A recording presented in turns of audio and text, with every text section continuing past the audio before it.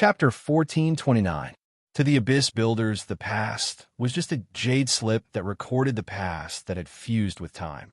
Others might not be able to see the jade slip and would not be able to figure it out, which was why it was difficult for them to know about it.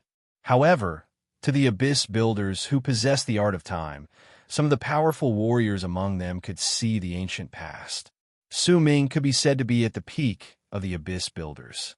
If he did not have a trigger, he could go back in time for 10,000 years. But once he had a trigger and had a specific time reversal, he could travel even longer and see everything he wanted to see, such as the black-robed young man and Su Ming's mother. She was a woman with a gentle personality. She was a woman who waited quietly for Su Ming's father to return, but he did not. Su Zhan died, and Su Ming disappeared with him. This was a great blow to her, and from then on she no longer had a smile on her face. When her life came to an end and she was buried on the altar, Su Ming saw the words on the stone monument being wiped away by an old hand in the memories of time. The Spiritlings were a very strange tribe. The tribe's strength did not lie in its living people, but in the ancestors who had already died. They might have died, but in truth, due to the uniqueness of the Spiritlings, most of them could be said to be in deep slumber. While they slept, they could absorb the thoughts of worship from the people in their tribe to maintain the strength of their souls and make them gather together until they woke up. They believed that they would definitely wake up. This was the uniqueness of the Spiritlings.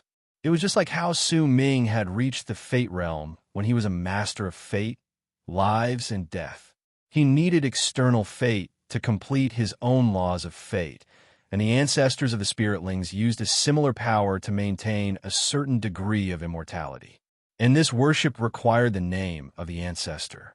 That was why all the ancestors of the Spiritlings had their names written on their tombstones after they died.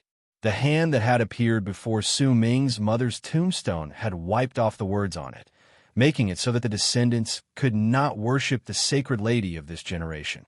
It had also made Su Ming's mother's soul scatter. When the words on the tombstone were wiped off, the sacred lady of this generation, Su Ming's aunt, was by the side. She saw it with her own eyes, and, as she trembled, she wanted to stop it. But when the owner of the hand cast a light glance at her, she was intimidated, and she forgot to stop it. She simply allowed the hand to wipe off all traces of the words on the tombstone. This was the past. It remained in the passage of time, and Su Ming could see it clearly. He also saw that the hand that had wiped off the words on the tombstone belonged to a middle-aged man. There was no presence of flesh or blood on the man. He was completely a soul. Once he wiped off the words on the tombstone, he returned to his own tomb. The spot where he had disappeared was the spot where Su Ming was looking. That place was the altar tomb of the previous Soul Race clan elder. At the instant Su Ming looked over, the tombstone on the altar let out a piercing bang.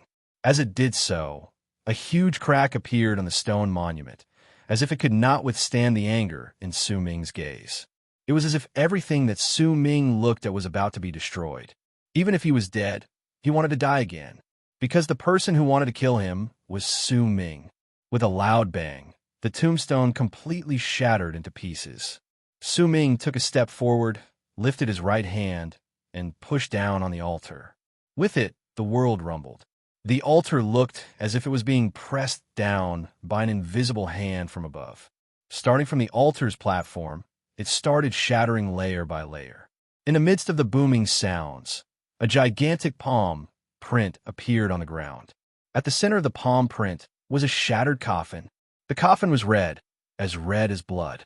At the instant it shattered, a hand stretched out from within. That hand was as withered as bones, and its nails were black and 3 feet long.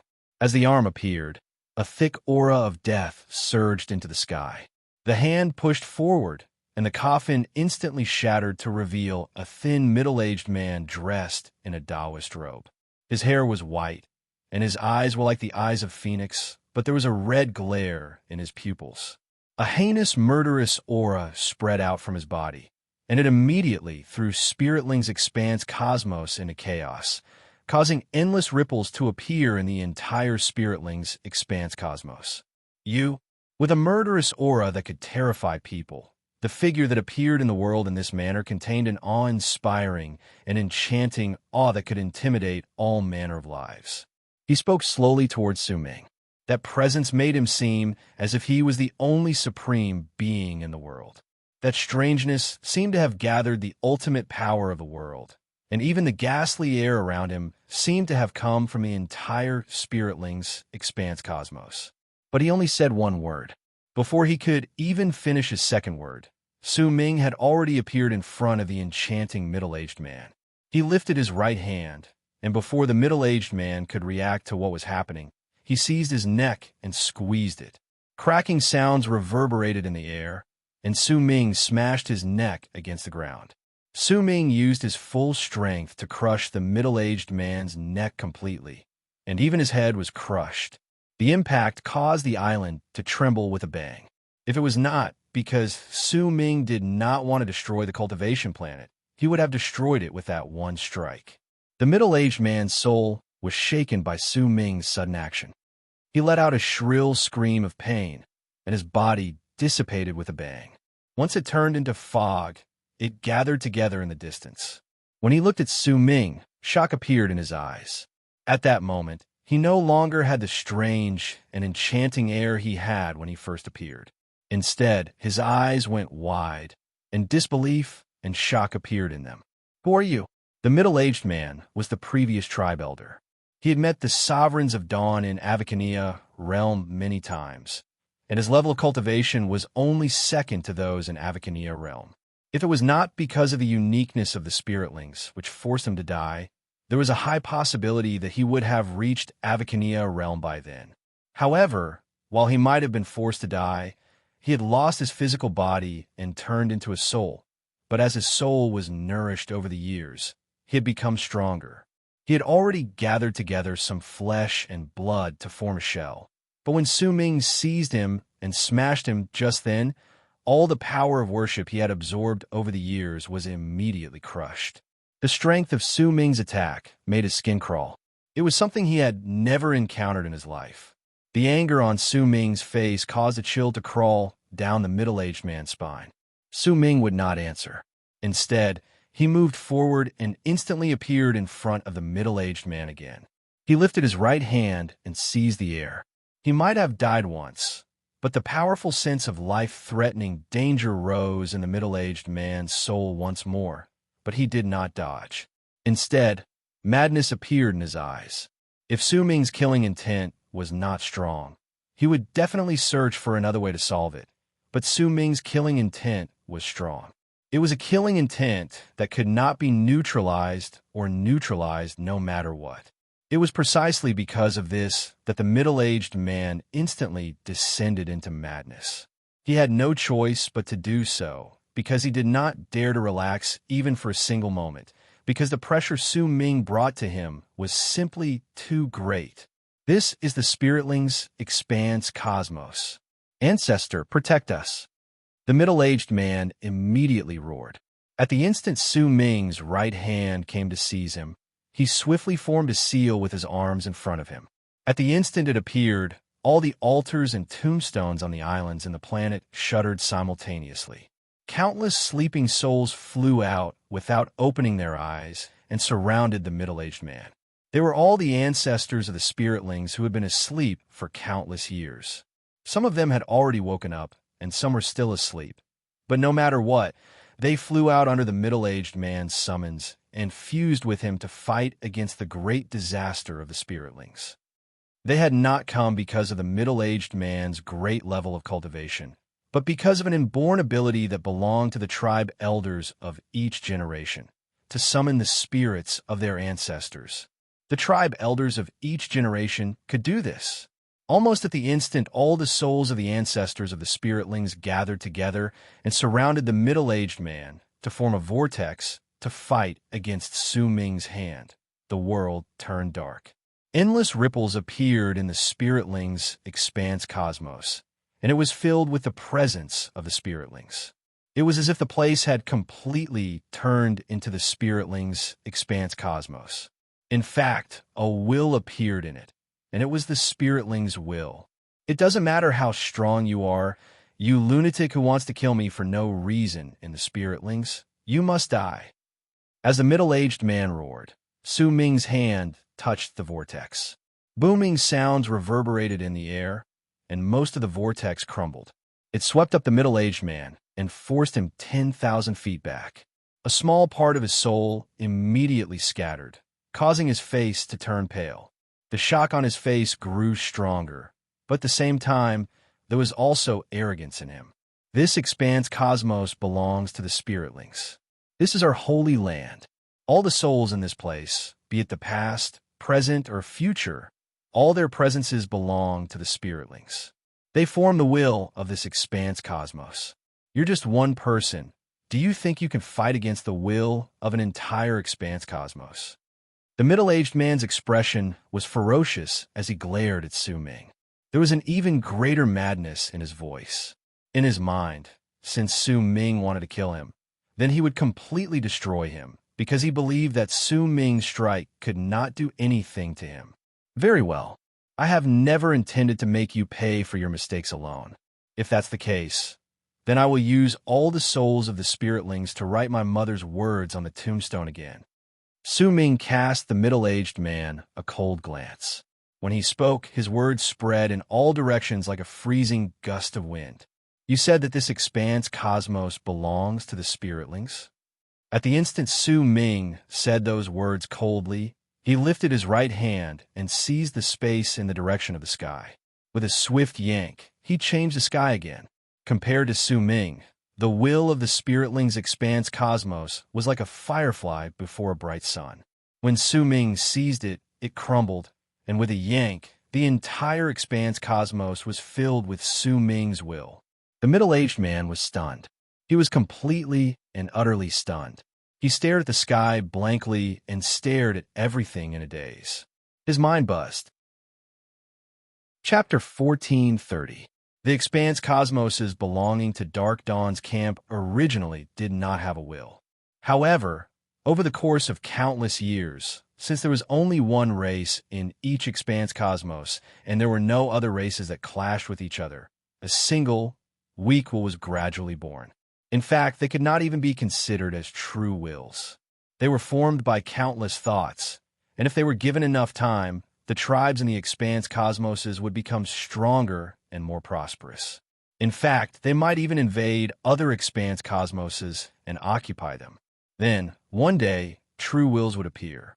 However, even if the spiritlings had managed to achieve this with their unique inborn ability, the will that was born was still incomplete. It could be said that it did not belong to Arid Triad, and Arid Triad would not pay any attention to such a weak will. Su Ming had not paid much attention to the weak wills. In fact, with just a swing of his arm, he could chase them away. Compared to him, they were so weak that they could not even withstand a single blow. However, when Su Ming swung his arm and changed the expanse cosmos sky into his expanse cosmos, he suddenly noticed that the wills he chased away were shattering and fusing with him. This scene caused Su Ming's pupils to shrink in a barely noticeable manner. He could not possess other true worlds. This was Arid Triad's warning to him. If Su Ming violated this rule within 100 years, then Arid Triad would descend and the disaster would be brought forward. This was not what Su Ming wanted to see, which was why he did not continue to make Arid Triad wary.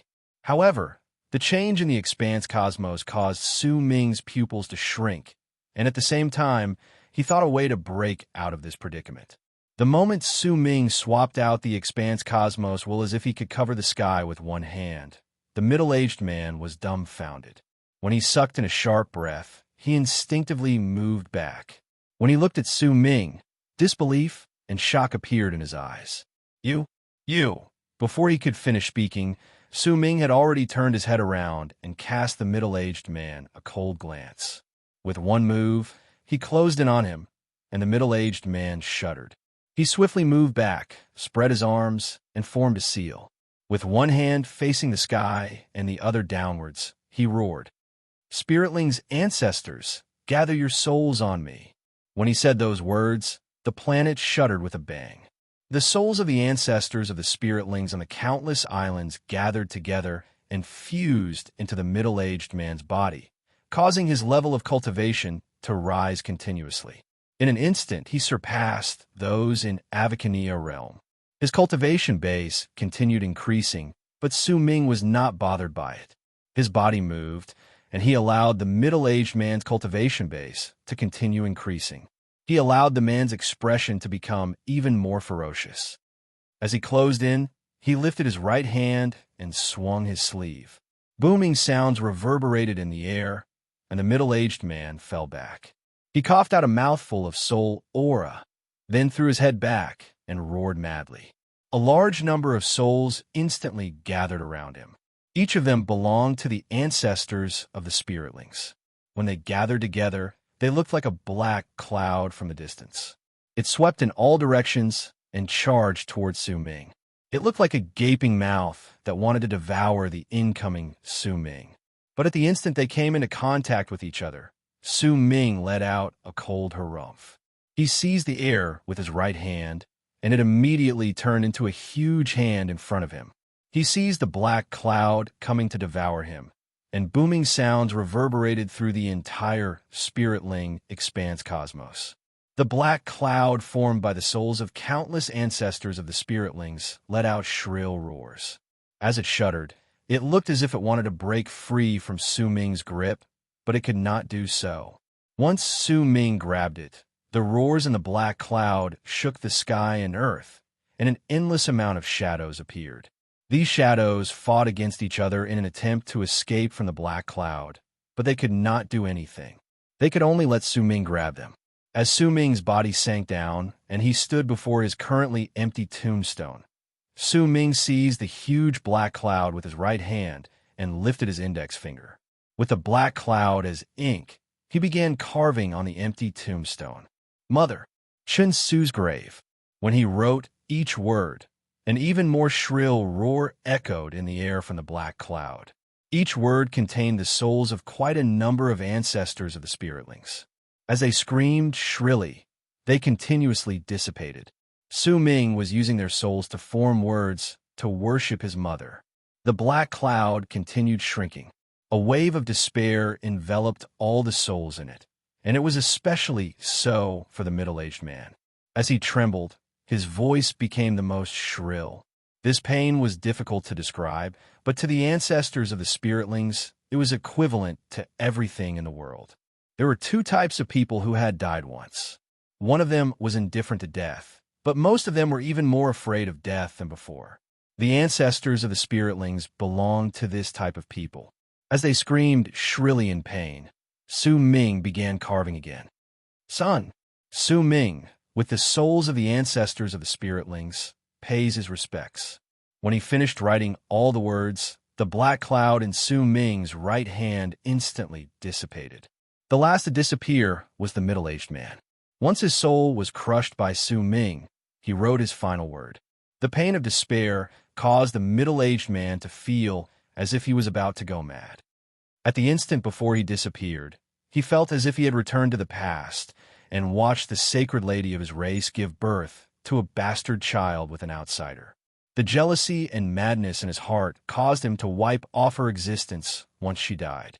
This was the final scene in his memories. After that, everything went blank. These words had used up the souls of all the ancestors of the spiritlings over the years. Su Ming would not be satisfied with just punishing the tribe elder. The sacred lady of the current generation had not stopped him in the past, but she was still punished, and it was even more so for the ancestors of the spiritlings who had witnessed Su Ming's mother's words being wiped off the tombstone and her soul dispersing. They did not stop him, because to Su Ming, this was wrong in itself. Su Ming unfurled his right hand. The area was silent at that moment. He stared at the tombstone quietly, and after a long while, he knelt there. He did so for 3 days. 3 days later, Su Ming stood up and cast the tombstone another glance before he turned around and walked into space. The empty galaxy was filled with Su Ming's will. As it spread out, countless wisps of the will of the expanse cosmos continuously fused into it. They gathered on Su Ming's will, causing it to gradually gain nourishment and become slightly stronger than before. The bald crane followed behind Su Ming as he walked through the Spiritlings galaxy. It did not speak all along the way. It had seen Su Ming's actions on the planet and saw him kneeling for a long time before the tombstone. At that moment, it accompanied him and walked quietly. It did not know where Su Ming wanted to go, but since he did not speak, it would not speak either.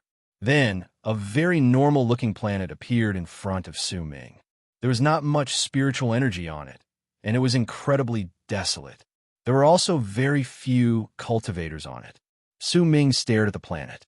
After a moment of silence, he walked over. There was a chain of mountains in the northeastern part of the planet.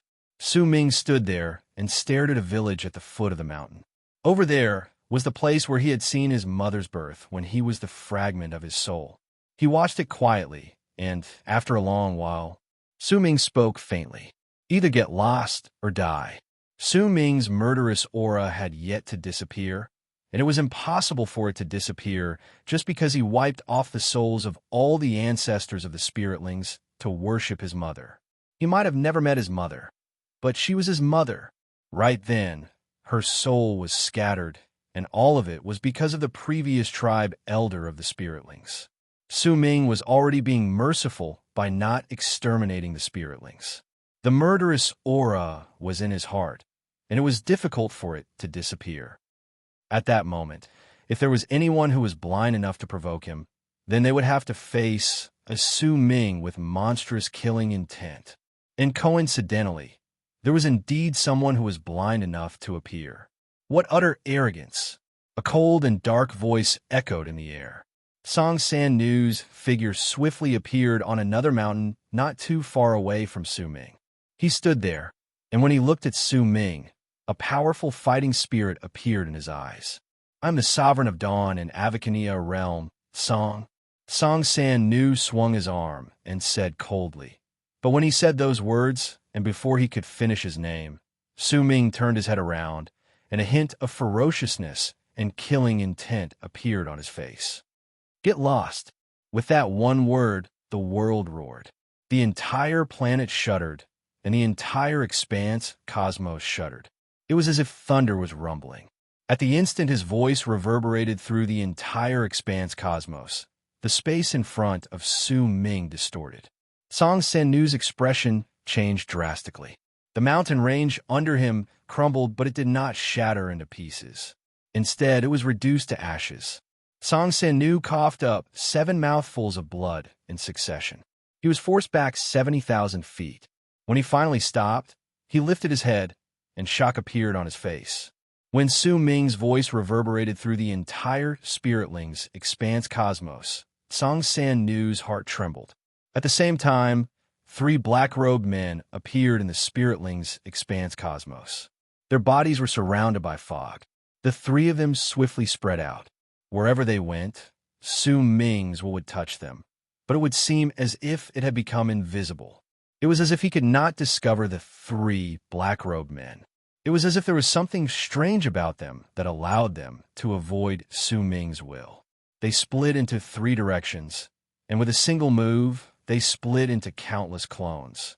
They entered almost every cultivation planet in the Spiritlings expanse cosmos and searched for the powerful warriors in those planets. Then, they whispered a few words to each of them. The will of the Spiritlings expanse cosmos has been snatched away by someone. This person is bloodthirsty, cruel, and callous. Once he snatched away your will, all the lives in this expanse cosmos will die within 500 years, and a disaster will descend. In fact, from then on, all the cultivators in your expanse cosmos will no longer be able to increase their levels of cultivation. Because of this person, he snatched away everything that belonged to you. This person's personality is like that of a ghost, and his cultivation base is like that of a tree. When there are enough trees, they will form a forest. They cannot be cut down, and neither can they be destroyed. The only thing they can do is seal them. We come from Life Extermination Hall. The 3 black-robed men said the same thing to all the powerful warriors they could find in the Spiritlings expanse cosmos. The powerful warriors fell silent. They would not have believed them so easily, but when they heard Life Extermination Hall's name, It was as if all their doubts had been dispelled, and they became firm beliefs. 4 days in a row, 3 lucky readers will be chosen in the forum. Each of them will be given an autographed picture of their ears. Haha, today is the first day. I want to take a look. The first one is Ancient Like a Dream, and this is the forum's name. Congratulations. Tell me your contact in the public account, and I will send it to you as soon as possible. Pay more attention to the forum, search for the forum, and search for the ears. Chapter 1431. There was a black-robed man in the cultivation planet where Su Ming was. Once he told them everything, he walked out of a cave abode and lifted his head to cast a glance at the sky. With it, a drop of crimson blood appeared at the center of his brows. It looked as if it had been branded on his forehead. At the same time as shone with a red light, it allowed him to instantly see into the distance, and he saw Su Ming standing on the mountain. He also saw Tsang San-nu, who had a shocked expression on his face at that moment. You're just a mere cultivator in Avacania realm, and you actually have the guts to provoke this person?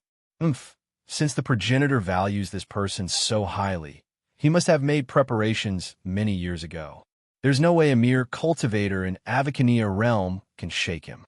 If it wasn't because the progenitor gave us his origin blood, we wouldn't have dared to show even a single trace of ourselves before him. But now, even if this person surpasses Arid Triad, he can forget about seeing us. When the black-robed man spoke faintly, he swung his arm, turned into a long arc, and flew into the sky before disappearing. At the instant the black-robed man disappeared, Tsang San-nu stared at Su Ming in shock. His face was slightly pale, but when he gritted his teeth, an unwillingness to admit defeat appeared on his face. Madness burned in his eyes, as if he had something he could rely on that gave him absolute confidence that he could kill Su Ming. His fighting spirit instantly surged in him. I, Tsang San-nu, want to challenge you. Is he an idiot?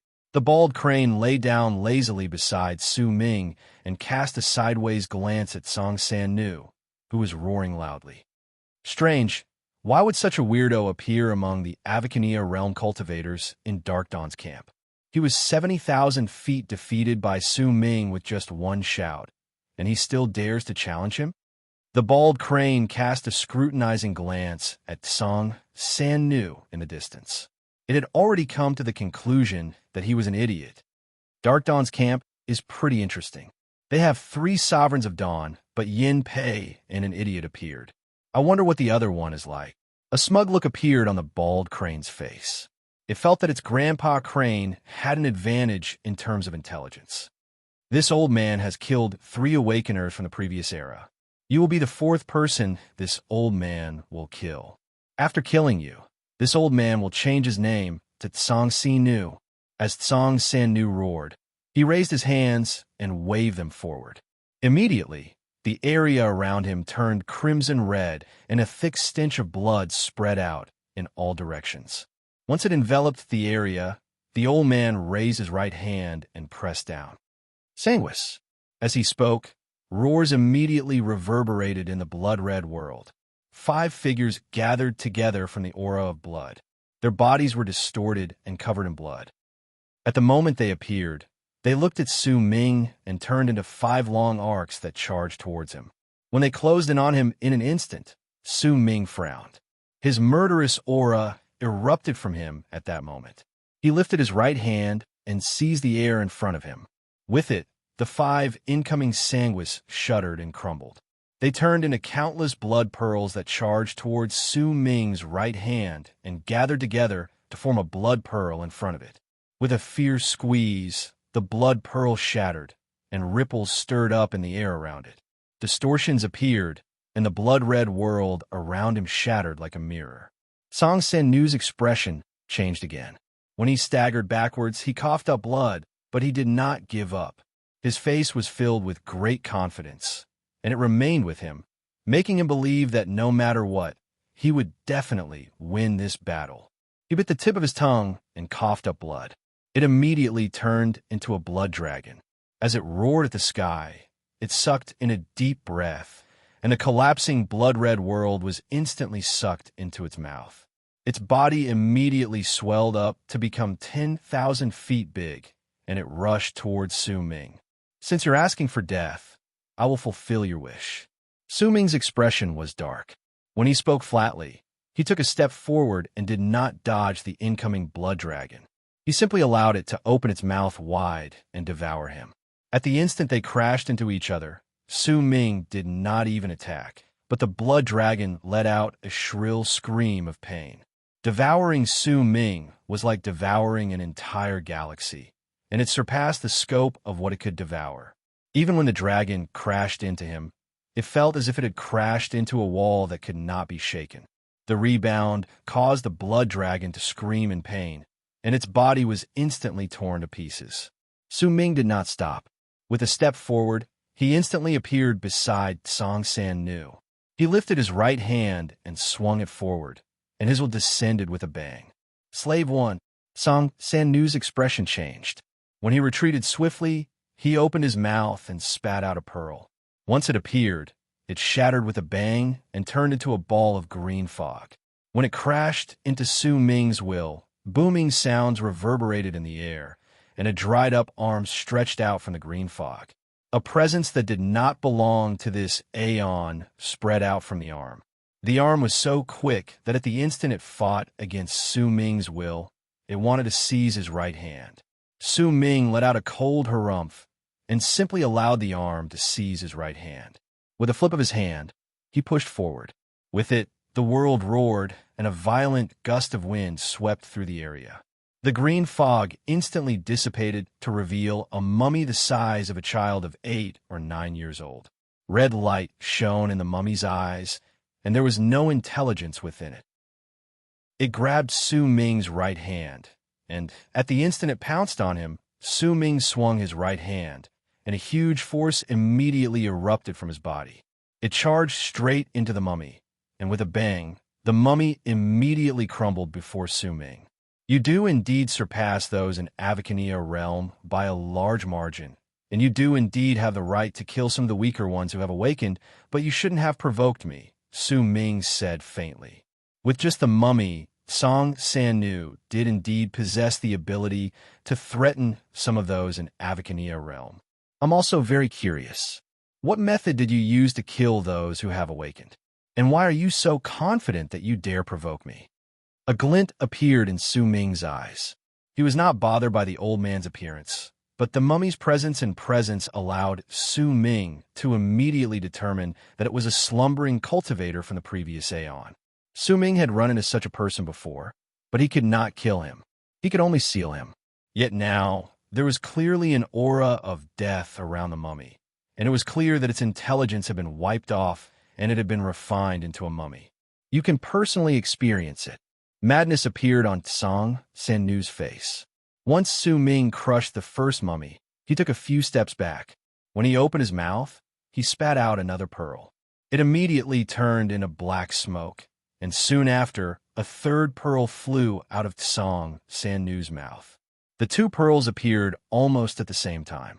Once they turned into black and white smoke, two mummies appeared in them. One of them was a man, and the other was a woman. Once they appeared, the presence that did not belong to this aeon showed up again. When the two mummies appeared and the inexplicable confidence appeared on Song San Nu's face, Su Ming did not believe that the old man before him was an idiot or a madman who loved to fight. On the contrary, he believed that the old man definitely had a method that allowed him to be so confident, and that method should be something that defied heaven. That feeling was incredibly strong. Even though Su Ming did not sense any danger from the old man, that feeling grew stronger in his heart as they fought against each other. It was impossible for anyone who could reach Avacania realm to be an idiot. The fact that this person had dared to appear and attack when Su Ming roared at him piqued Su Ming's interest. In the face of the two puppets who had once awakened but had their wills and lives wiped off, Su Ming seized the air with his right hand, and the end of Will's sword immediately appeared in his hand. With one slash, two rays of purple light instantly shone brilliantly. Once the purple light faded away, the two puppets shuddered and shattered in front of Su Ming. When they were reduced to ashes, the sword in Su Ming's hand flew out and charged towards the center of Tsang Sanu's brows. He wanted to force the old man to use the method that made him so confident. He wanted to see just what gave him the confidence to kill the three powerful warriors who had fused with their other selves from the previous aeon. The purple light from the end of Will's sword instantly closed in on Tsang Sanu's expression changed swiftly. When he instantly retreated, a ferocious look appeared on his face. Since all his methods were useless in front of Su Ming, and even his killing move, the three slaves, could not withstand even one blow from Su Ming, then he could only use his final move. He believed that once he brought out that item, Su Ming would definitely end up like the three people who had awakened in the past. He would immediately be shocked to death, and he would instantly turn the tides of the battle and become the final victor.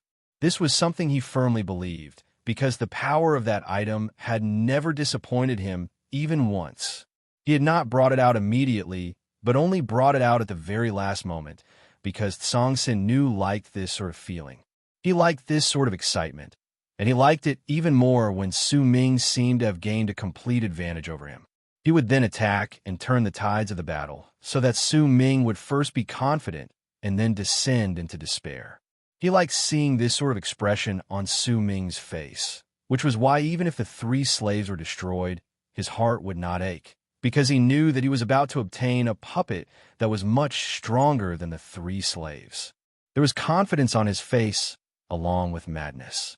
At the instant the end of Will's sword closed in on him, Tsang Sanu suddenly threw his head back and laughed. As he did so, he lifted his right hand and struck the center of his brows. With it, the clothes in front of his chest immediately tore apart, revealing his chest. With just one glance, Su Ming saw a thin film the size of a palm on the old man's chest. The thin film looked as if it was stuck to his body. At the instant it was revealed, a sense of danger that caused Su Ming's heart to tremble rose within him. At the same time, the end of Will's sword closed in on the old man, and an ancient presence spread out from the thin film. When it appeared, Su Ming's end of Will's sword shuddered and could not move forward. Everything in the area instantly froze. Su Ming stared at the thin film, and a loud bang rang out in his head. This presence, today's second lucky reader in the public forum, Cherish, please leave me your contact information in the forum. When the third update was released, the third lucky reader was announced. Chapter 1432. Harmonious Morris Alba's Presence. Su Ming instantly determined that the membrane on Tsang Sanu's chest was Harmonious Morris Alba's presence. It was so thick that it surpassed the Harmonious Morris Albas which Su Ming had sensed previously. This is when Su Ming's pupils shrank. Tsang Sanu's ferocious laughter echoed in the air. He lifted his right hand and plucked the membrane from his chest, then flung it forward. Immediately, the membrane fused with space and appeared in front of the trembling end of Will's sword. When it swept past it, the end of Will's sword shattered and crumbled layer by layer. Great Abyss Tribe's race vessel shattered at that moment. It was as if all existences could not make the thin film stop for even a single moment. At the instant they touched it, they would shatter to pieces. Space shattered, the galaxy trembled, and a powerful sense of danger enveloped Su Ming's heart. If he had not met the black-robed young man, this would have been the strongest presence Su Ming had ever sensed, but after he met the black-robed young man, while the membrane gave him a feeling that he was about to die, it could not shock him. However, at the instant Su Ming saw the membrane, he understood why Tsang Sanu was so confident and why he dared to provoke him. The answer to all of this was because of this item. The membrane closed in on him, and a brilliant light shone in Su Ming's eyes. He did not move back. Instead, when he lifted his right hand, the wills of Morning Dao World, Immortal Sect World, Sky Hill World, and the Emperor of Abyss True World immediately gathered on him. His cultivation base erupted from his body, and his will spread out endlessly to turn into 2 fingers on his right hand. Then he pointed at the incoming membrane. He did not tap it, but clamped it. Su Ming's thoughts were definitely not just to fight against the item, but to take it for himself. Derision appeared on Song Sen-nu's face. Plenty of people had died because of his supreme treasure, and there were some who believed that they had great divine abilities who wanted to take the item, but without exception, at the instant they touched it, their bodies either shattered or had everything about them wiped off, including their souls. Based on his thoughts, with Su Ming's level of cultivation, he should not have been reduced to ashes. Instead, he would have turned into an empty shell that would be suitable for him to refine into a puppet. His ferocious smile grew even brighter as he watched the thin film and Su Ming's fingers crash into each other in an instant. He watched Su Ming's fingers clamp down on the thin film. Die. Die for me. Song Sen-nu laughed arrogantly and walked towards Su Ming. That was how his personality was. He did not want to use any method to kill his enemies right after he attacked. Instead, he wanted to toy with them and make them think that he was toying with them. But in the end, they would realize that the one who was being toyed with was never Song Sen-nu. In fact, he had already thought of how he could refine Su Ming into his puppet. As this thought grew in his head, he took a step forward, but the instant his foot landed, his smile froze, and true shock appeared on his face. He saw Su Ming's body trembling, but there were no signs of him shattering or his mind being wiped away. Instead, he felt as if he was fighting against the membrane. This is, for the first time ever, Song Sen-nu was truly stunned. He also saw that besides Su Ming trembling, his thin film was also trembling. Su Ming stared at the membrane in his hand. At the instant he touched it, his will boiled with a bang. It was so strong that it felt as if an endless wave had stirred up in Su Ming's heart and was sweeping through his divine sense. His will was fighting against the membrane. As they suppressed each other, red filled Su Ming's eyes. At the instant a hint of madness appeared on his face. The shadow of a butterfly appeared behind him.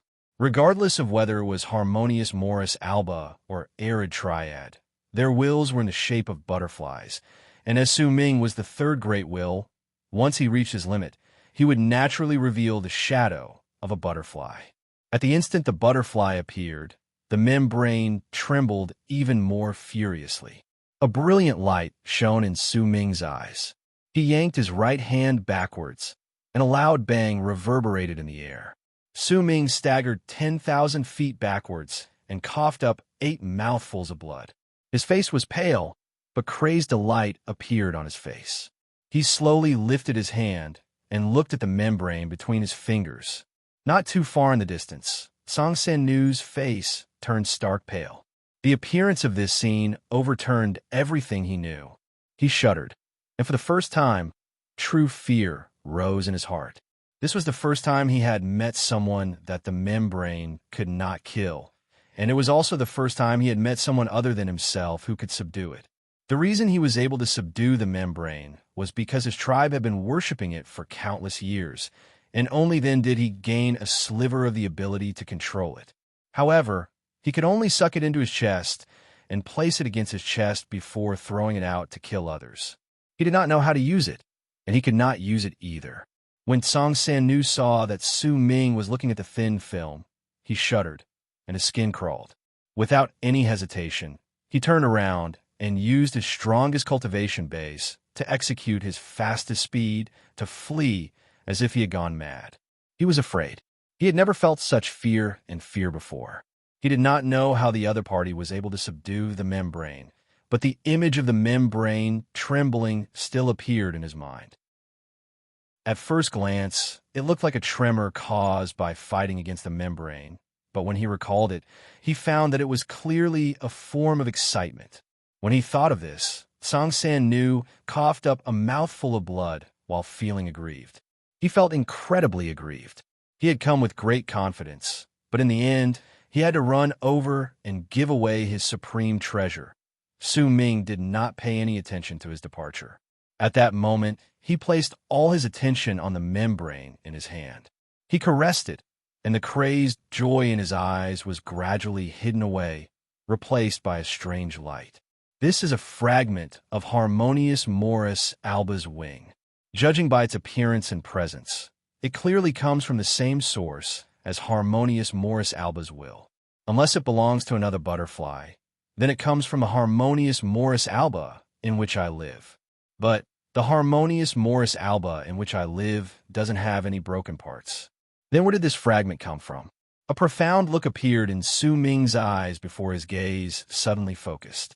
Butterflies have 4 wings. One of them is harmonious Morris alba, one is arid triad, and one is dark dawn and Saint D fire. Then there's also the expanse cosmos where the 4th wing is. Could it be that this fragment came from there? If it truly came from there, then how did Song Sannu obtain it? A brilliant light shone in Su Ming's eyes. When he lifted his head, Song Sannu's tracks were no longer in front of him. Su Ming let out a cold harumph and put away the fragment of the butterfly's wing. With one move, he stepped into the air and chased after Song Sannu. The 3rd lucky reader on the **** platform was R. My fellow Taoists, I'll give you 3 more days of photos, then books, then the immortal renegade's clothes, then comics, and even more gifts. Why don't you pick up your phones, open the **** platform, search for me, and follow me. Finally, I beg for recommendation votes. Chapter 1433. Song Sannu's face was pale. Cold sweat broke out non-stop on his forehead. He was afraid, completely terrified.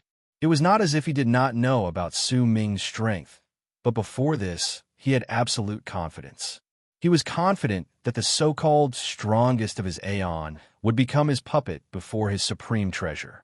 He had never thought that any accidents would happen, because his confidence came from the multiple times the fragment had been invincible. This invincibility gave him an indescribable confidence.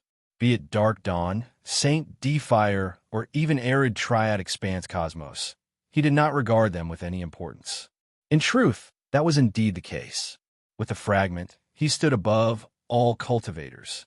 If Su Ming had not stepped into Death Vortex and entered harmonious Morris alba expanse cosmos, he would have only died when he faced the fragment. It would have been impossible for him to escape this disaster.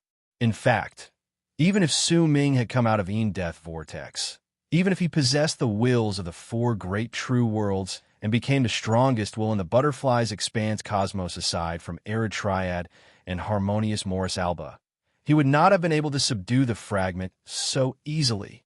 In truth, the main point of all this was that Su Ming had used the presence of the stone piece in the jade box to execute the art of time and return to the past.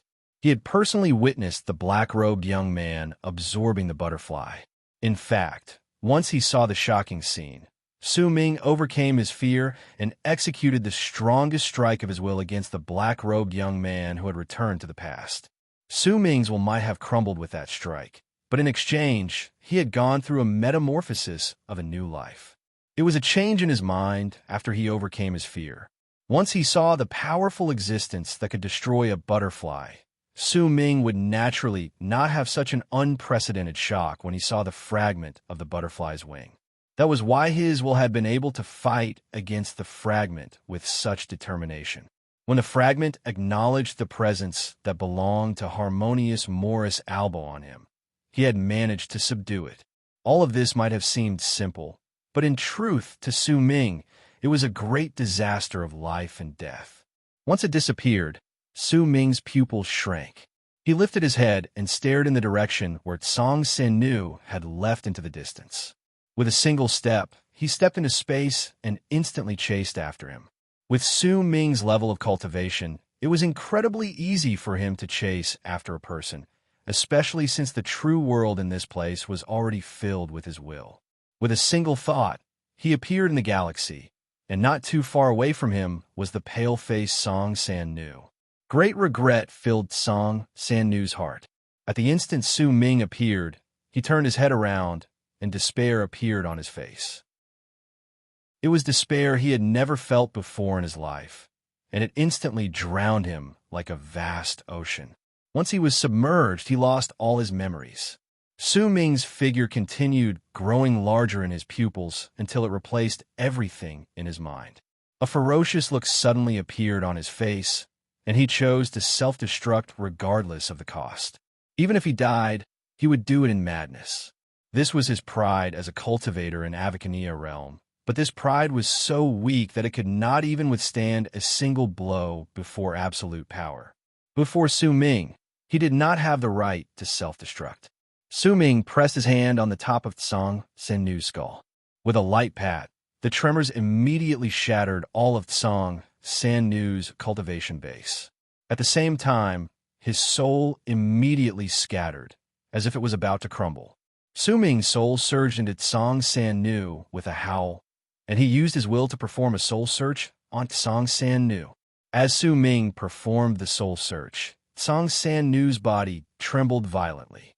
His expression twisted. That pain was the most intense thing he had ever experienced in his life, but he could not fight against it. From the moment he decided to attack Su Ming, his fate seemed to have been sealed, and Su Ming did not show any mercy. He had killed all his life, and his murderous aura surged into the heavens. When he faced people who took the initiative to provoke him, he would always be incredibly ruthless. It was especially so when Tsang Sen-Nu's memories contained something that Su Ming was interested in. Because of that, there was even less reason for him to spare this person. Time trickled by. After the time it takes for an incense stick to burn, Su Ming lifted his right hand, and Tsang Sen-Nu's body jolted. His soul completely crumbled and dissipated. Cracks appeared on his body, and when his body crumbled, he was reduced to ashes that disappeared from Su Ming's hand. It was like ashes to ashes, dust to dust. Everything returned to dust, never to return.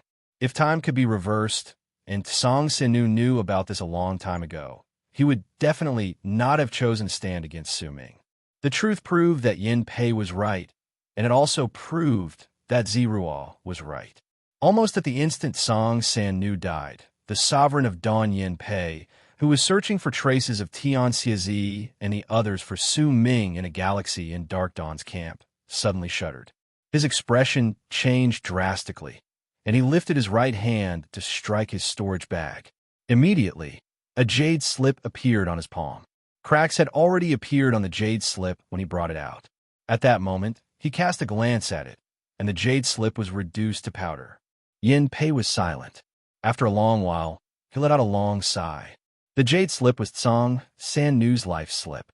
As sovereigns of Dawn, the three of them had their own life slips so that they could know whether the others were still around. Tsang Sen-Nu has already died. The person who could cause this person's death is definitely Su Ming. I've already reminded Tsang Sen-Nu, but this person's personality. Yin Pei shook his head and no longer thought about it. Instead, he perked up and used all his strength to complete Su Ming's request. Since Yin Pei could sense Tsang Sen-Nu's death, then the only female sovereign of Dawn in Dark Dawn's camp, Ziruo of the Heavenly Foxes, would naturally be able to sense it as well. At that moment, Ziruo was sitting at the center of a complicated rune in the Heavenly Fox's altar. There was a ball of pink fog rotating in front of her. Her beautiful face was originally very calm, but suddenly her eyes flew open and a hint of surprise appeared on them. When that surprise appeared on her face, it made her look even more breathtaking. It was enough to make all those who saw her feel their hearts pounding, regardless of whether they were men or women. This sort of beauty had already surpassed everything else. In fact, if anyone saw this woman, they would have the urge to collect her. It was as if not possessing this sort of beauty would be a blasphemy. She bit her bottom lip and stood up gently. In a flash, Shaman was draped over her body. Her skin could not be seen, but her graceful figure could be seen under her robes. Her body was as delicate as a willow, and it was enough to make all gazes instantly gather on her.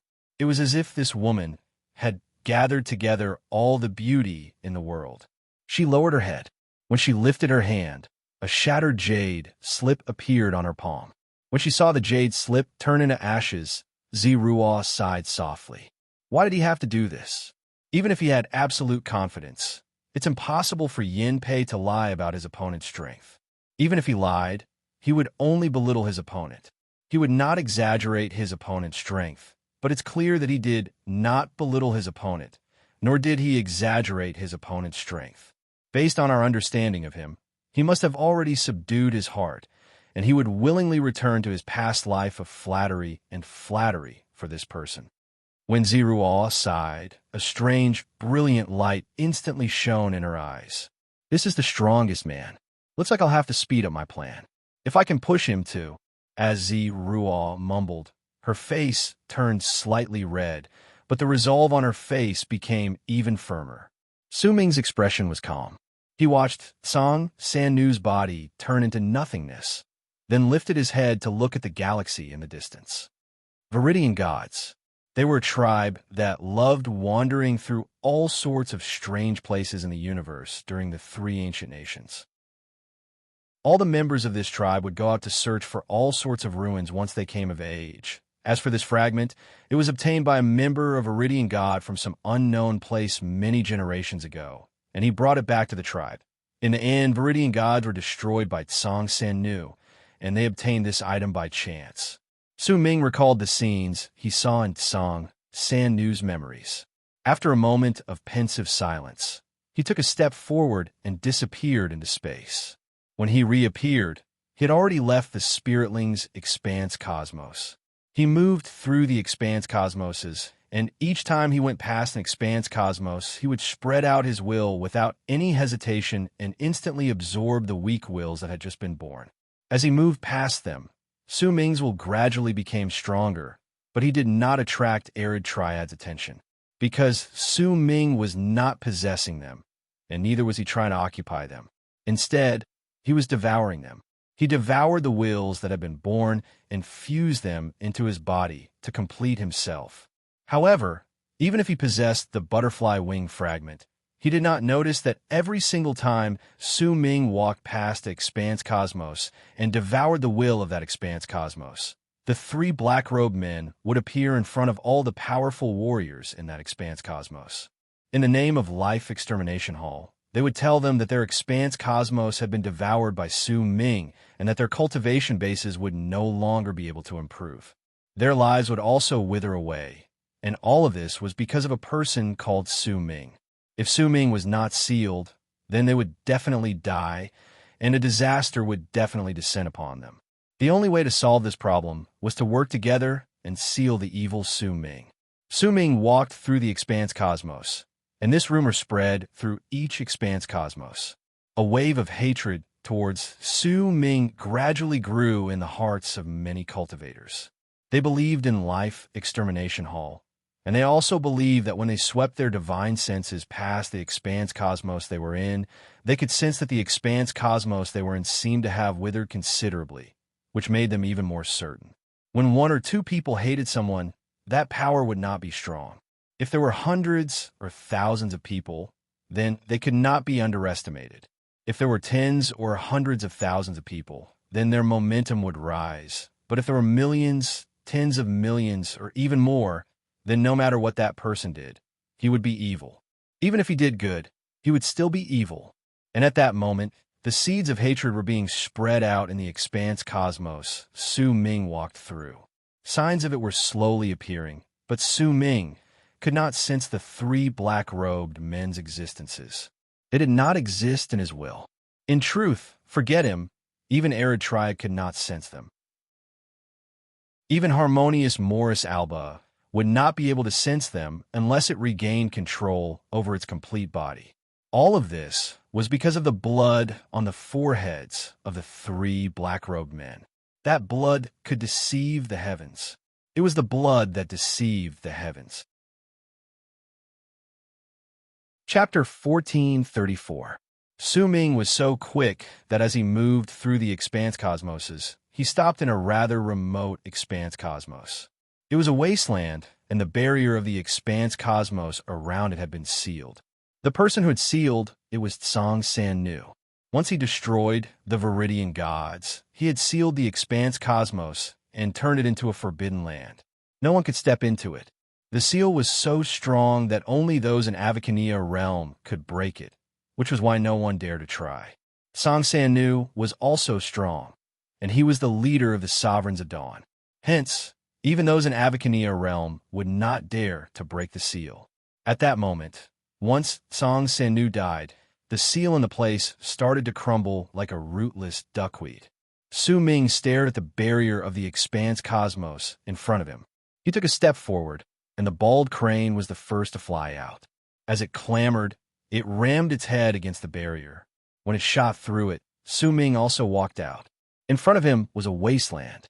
Countless corpses floated in the galaxy, but they had not rotted away. They were the remains of planets, and as the aura of death filled the air, it looked as if the place had turned into hell.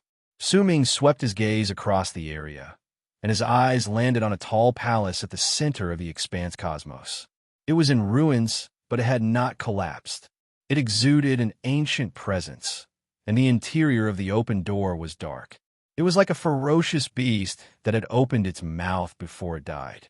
Based on Tsang San-Nu's memories, he had obtained a fragment in the palace. Su Ming swept his gaze past the palace, then took a step forward and shot through space to appear outside the palace. With one step, he walked inside. The instant he walked in, the oil lamps around the palace lit up on their own, causing the palace to shine with light. With that light, Su Ming saw a chair at the center of the palace, and there was a corpse sitting cross-legged on it. It looked like an old man, but he had lost all signs of life and was sitting there quietly. His right palm was turned upwards, as if he had been holding something there before. Su Ming stared at the old man's corpse. Based on Tsang San-Nu's memories, when he stepped into the place, the old man was already dead, and what he held in his right hand was the fragment. Su Ming swept his gaze past the old man, then looked at the area around him. There were some strokes in the area, but they were very indistinct. Due to the passage of time and the destruction of the Viridian gods, everything in the place had become a thing of the past. But this did not affect Su Ming. He walked to the old man's side, then lifted his right hand and pressed it against the old man's right hand. The art of time. He was still standing in the hall, but what he saw before his eyes were countless pictures that looked as if they were going backwards. They flashed before his eyes as if time was flowing backwards. The murals became clearer, and the dust in the area gradually lessened. When everything returned to normal, Su Ming saw Tsang San-Nu's figure in the hall. The high-spirited Tsang San-Nu brought with him a monstrous stench of blood and slaughter. When he appeared before the old man's corpse, his expression was incredibly complicated. After a long time, he finally took the fragment from the old man's hand. "Elder, when you chased me out of the tribe in the past, did you ever think that I, Tsang San-Nu, would end up like this?" A ferocious look appeared on Tsang San-Nu's face, but after a moment of silence, he still sighed. He only took the fragment before he turned around and left. Time continued flowing in reverse. Su Ming saw that before Tsang San-Nu came to the palace, there would often be people cleaning, tidying up, and worshipping the palace. All of the Viridian gods thrived, but while the murals were no longer indistinct, they were carvings of ordinary worshipping ceremonies. There was nothing useful to Su Ming. Then, Su Ming saw many people carving them. The murals turned from clear to indistinct, and when they turned blank, new murals appeared. The cycle repeated. The murals were continuously carved and replaced, but none of them were useful to Su Ming. However, he was not in a hurry. He continued circulating the art of time and watched quietly. The murals around Su Ming had no idea how many times they had been changed. When life force slowly appeared on the corpse in front of Su Ming, and when it became so thick that the corpse returned to its previous state before he died, he stood in the palace with pain on his face while scolding a teenager. The teenager knelt on the ground with his head lowered, but there was an unwillingness to admit defeat and resentment on his face. Su Ming could tell that the teenager was Tsang San-Nu.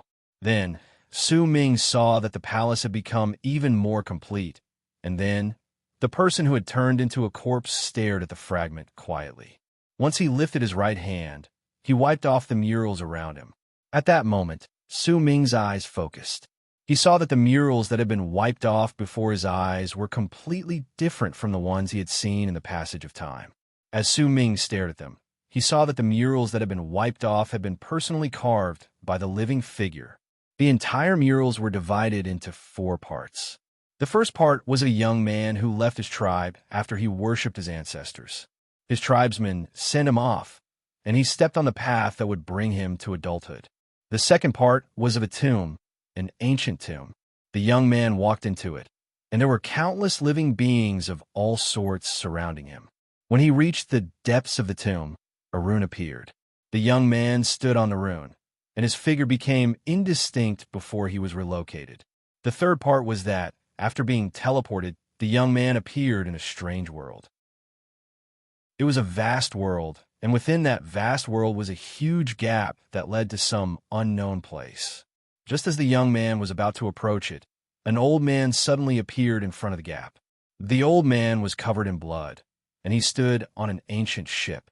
He looked as if he had wandered around the gap for a very long time before he found it, and stepped into it for the first time. The fourth part was of the young man giving the old man some medicinal cores and a jade slip map. The old man wrapped his fist in his palm and bowed to the young man. When he lifted his hand, he tore off a fragment from the gap and gave it to the young man. The scene ended. When Su Ming saw this, his heart trembled.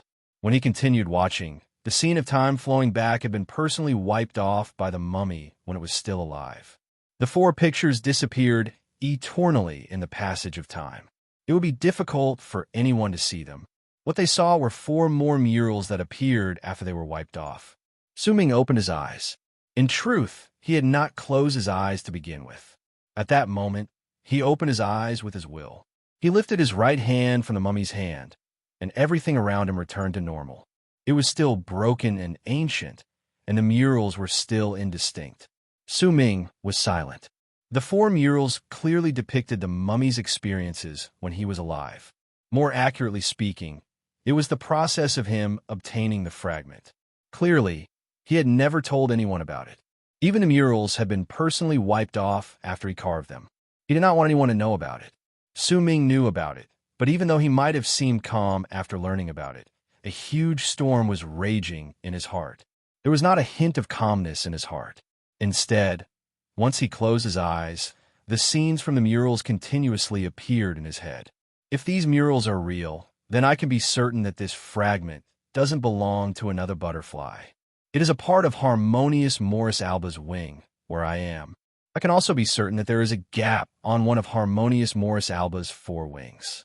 It is a gap that leads to the vast expanse. And that gap is not in Harmonious Morris Alba Expanse Cosmos, Arid Triad Expanse Cosmos, Dark Dawn, and Saint D Fire. It should be in the fourth wing's Expanse Cosmos. If that's really the case, then the place you went to was the fourth wing, and the old man he saw there. He came from... When Su Ming thought of this, he opened his eyes swiftly. His pupils shrank, and a thought that caused his heart to tremble appeared in his head uncontrollably. That old man came from the vast expanse. Su Ming's breathing quickened. The scenes from the murals continuously appeared in his head, and in the end, he fixed on the scene of the old man stepping into the gap. He was covered in blood. He should have been heavily injured. He used the ship as an enchanted vessel to move through space to arrive here. Who could injure such a powerful warrior? And he came from... Su Ming shuddered, and he instinctively took a few steps back. He remembered the scene of the black-robed young man destroying the butterfly. Su Ming's expression changed swiftly. Is there a possibility that he came from another butterfly's expanse cosmos, and before this butterfly was destroyed, he managed to escape? A ship. In my memories, there's a person who will forever be an ancient ship. He is Old Man Extermination. Su Ming took a few more steps back. His expression continued changing. After a long while, he lifted his head and looked at the mummy on the chair. Old Man Extermination brought a ship to search for everything he needed in Arid Triad. All those who offered him sacrifices had the right to be written into the ballad, and that ballad was a song that would not die. It could make all the lives written into it become immortal. He appeared in Arid Triad during the Third Era. The timing of this matches the contents of the murals. Then, perhaps at that time, it was the first time he came to Harmonious Morris Alba's Expanse Cosmos. He is Old Man Extermination, and he came from Dark Dawn. Dark Dawn. This is indeed Dark Dawn. Su Ming's pupils shrank again. A chill spread out from the bottom of his heart, and spread through his entire body. Then, after his expanse cosmos was destroyed by the black-robed young man, he escaped and entered this place. What is his goal? And where is he now? It is rumored that Old Man Extermination died at the end of the Third Era and turned into the seed of life extermination. I once nurtured half of the seed of life extermination. Right now, the seed of life extermination is complete, and it is with Su Xian, Yi, and Lei Chun. Su Xian, just what else does he know? Su Ming closed his eyes. Only at that moment did he realize that even if he possessed the strongest level of cultivation in his aeon, the fog before him had grown thicker as his level of cultivation grew stronger. Today, I accompanied my mother to the hospital for a physical examination. I came back a little late, and I'm currently writing my story. Everyone, don't be anxious. Chapter 1435. Old Man Extermination. Su Ming mumbled. He had not expected that the origin of all of this would be connected to that legendary person. Su Ming was not unfamiliar with the seed of life extermination. He had even nourished it for a long time until the other half of the seed of life extermination grew. It was the same for Yu Xian. At that moment, all of this was connected to Su Ming once again, and it was especially so because others might think that the Old Man Extermination was just a legend, but Su Ming remembered clearly that he had indeed seen an old man sitting on an ancient ship while he was in the seed of life extermination. In fact, even the bald crane had seen the Old Man Extermination before. At that time, the bald crane had even tried to obtain eternal life. A powerful warrior like him managed to escape from the black-robed young man's hands when his expanse cosmos was destroyed and moved through the vast expanse to come here. I will definitely not believe that he died in the passage of time. Then since he didn't die, where is he now? What is his goal? Since Su Xian Yi is so obsessed with the seed of life extermination, he must know a lot. Su Ming remained silent for a long time. He cast a glance at the hall again, then turned around and walked out. With one step, he disappeared from the expanse cosmos. Before he came to Dark Dawn's camp, Su Ming had thought that he understood Arid Triad and Harmonious Morris Alba, but only at that moment did he realize that there were some secrets that not even Arid Triad and Harmonious Morris Alba knew, such as the black-robed young man who devoured the butterfly and the Old Man Extermination who entered through the gap in a vast expanse. Compared to these things, how the gap in Harmonious Morris Alba was formed was not important. The more Su Ming learned, the more profound he found the expanse cosmos formed by Harmonious Morris Alba's 4 wings, who created the 9 butterflies in the vast expanse, who gave them the ability to create worlds and lives. Who was the black-robed young man? Why did he devour the butterfly? And the Old Man Extermination. He had narrowly escaped death to come here. What was his goal? All these questions surrounded Su Ming's heart, causing him to fall silent. Once he left the expanse cosmos, a brilliant light shone in his eyes. No matter how things developed, whether Harmonious Morris Alba would be destroyed, whether he would succeed in possessing Arid Triad, whether the black-robed young man would come, or whether Old Man Extermination had some other goal. Since Su Ming did not know the details, it was useless no matter how much he tried to guess. At that moment, the most useful thing to Su Ming was to make himself stronger. Even if he became the strongest in his aeon, it was still not enough. He had to become the strongest in the 4 wings of Harmonious Morris Alba over the countless eons. In fact, he had to take another step forward and become an existence like Old Man Extermination who could move through the vast expanse. Only like this could they resist all calamities. Even if they were unable to resist the calamity, they could still preserve their strength and leave behind a trace of a chance to rise in the future. With this determination, when Su Ming lifted his head, brilliant light shone in his eyes. He took a step forward and devoured more expanse cosmoses in Dark Dawn. Not only did he want to devour Dark Dawn's expanse cosmoses, he also wanted to devour Saint Defire's expanse cosmoses. Once he devoured all 360 expanse cosmoses in Dark Dawn and Saint Defire, his will would go through another metamorphosis. Then, It would be enough to support him in the final spirit ascension. This devouring lasted for nearly half a month. Wherever Su Ming went, the weak wills born in all the expanse cosmoses would be completely devoured by him, no matter what tribe or race existed in them. However, he did not disturb the tribes in any of the expanse cosmoses. In truth, this devouring did not affect them too much. It was just equivalent to him devouring and absorbing the wills in the expanse cosmoses, which had been transformed from the willpower of their tribes over the years. In fact, they could even be seen as the gods worshipped by their tribes. The only disadvantage of being devoured was that the tribes in the expanse cosmoses would no longer have the feeling that they had fused with the expanse cosmoses, but their cultivation bases and lives would remain the same. In fact, after some time passed, they would return to normal. However, there were still hundreds of years before the disaster. Even if Su Ming did not devour the wills, the weak wills would eventually have their meaning of existence wiped off by the disaster. However, Su Ming did not notice that the 3 black-robed men from Life Extermination Hall were still around in the expanse cosmoses he passed through. Their resentment and the hatred of countless tribe members towards Su Ming gathered in them. They were like seeds that were absorbing all the negative emotions and continuously growing. While Su Ming devoured the wills of the expanse cosmoses, the bald crane lived an incredibly comfortable life.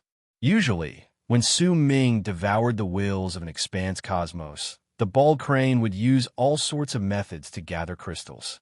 It would use all sorts of despicable methods, but to the bald crane, all of this was nothing. After all, it had even resorted to scamming people into marriage for the sake of crystals when it was in Black Ink Planet. Compared to its current life, the bald crane was much more soft-hearted. Half a month later, Su Ming had devoured about 7/10 of the 180 wills of Dark Dawn's expanse cosmoses. When he wanted to continue, and even the bald crane looked as if it wanted to continue, Su Ming suddenly stopped when he walked past an expanse cosmos. He lifted his right hand and patted his storage bag. Immediately, a jade slip appeared on his palm. The jade slip was a jade that Su Ming had gathered together a wisp of Yin Pei's soul to form a voice transmission jade. When Su Ming cast a glance at the jade slip, his will swept past it, and Yin Pei's respectful voice immediately appeared in his head. "My lord, I've found the traces of the people you asked for. But my lord, please come to the expanse cosmos where the heavenly foxes are." There was a hint of hesitation in his voice, as if he did not know how to explain what had happened and was worried that he would anger Su Ming. He looked incredibly nervous and hesitant. Su Ming fell into a moment of pensive silence before he put away the jade slip. With one move, he moved towards the expanse cosmos where the heavenly foxes were located. It was one of the 3/10 of the expanse cosmoses Su Ming had yet to devour. He did not know what tribe the heavenly foxes belonged to, but Yin Pei had once told him that the 3rd sovereign of Dawn, Ziruo, belonged to the heavenly foxes. Su Ming did not have much of an idea about Ziruo, who Yin Pei had said was the strongest woman in Dark Dawn's camp. When he moved forward, he did not waste any time.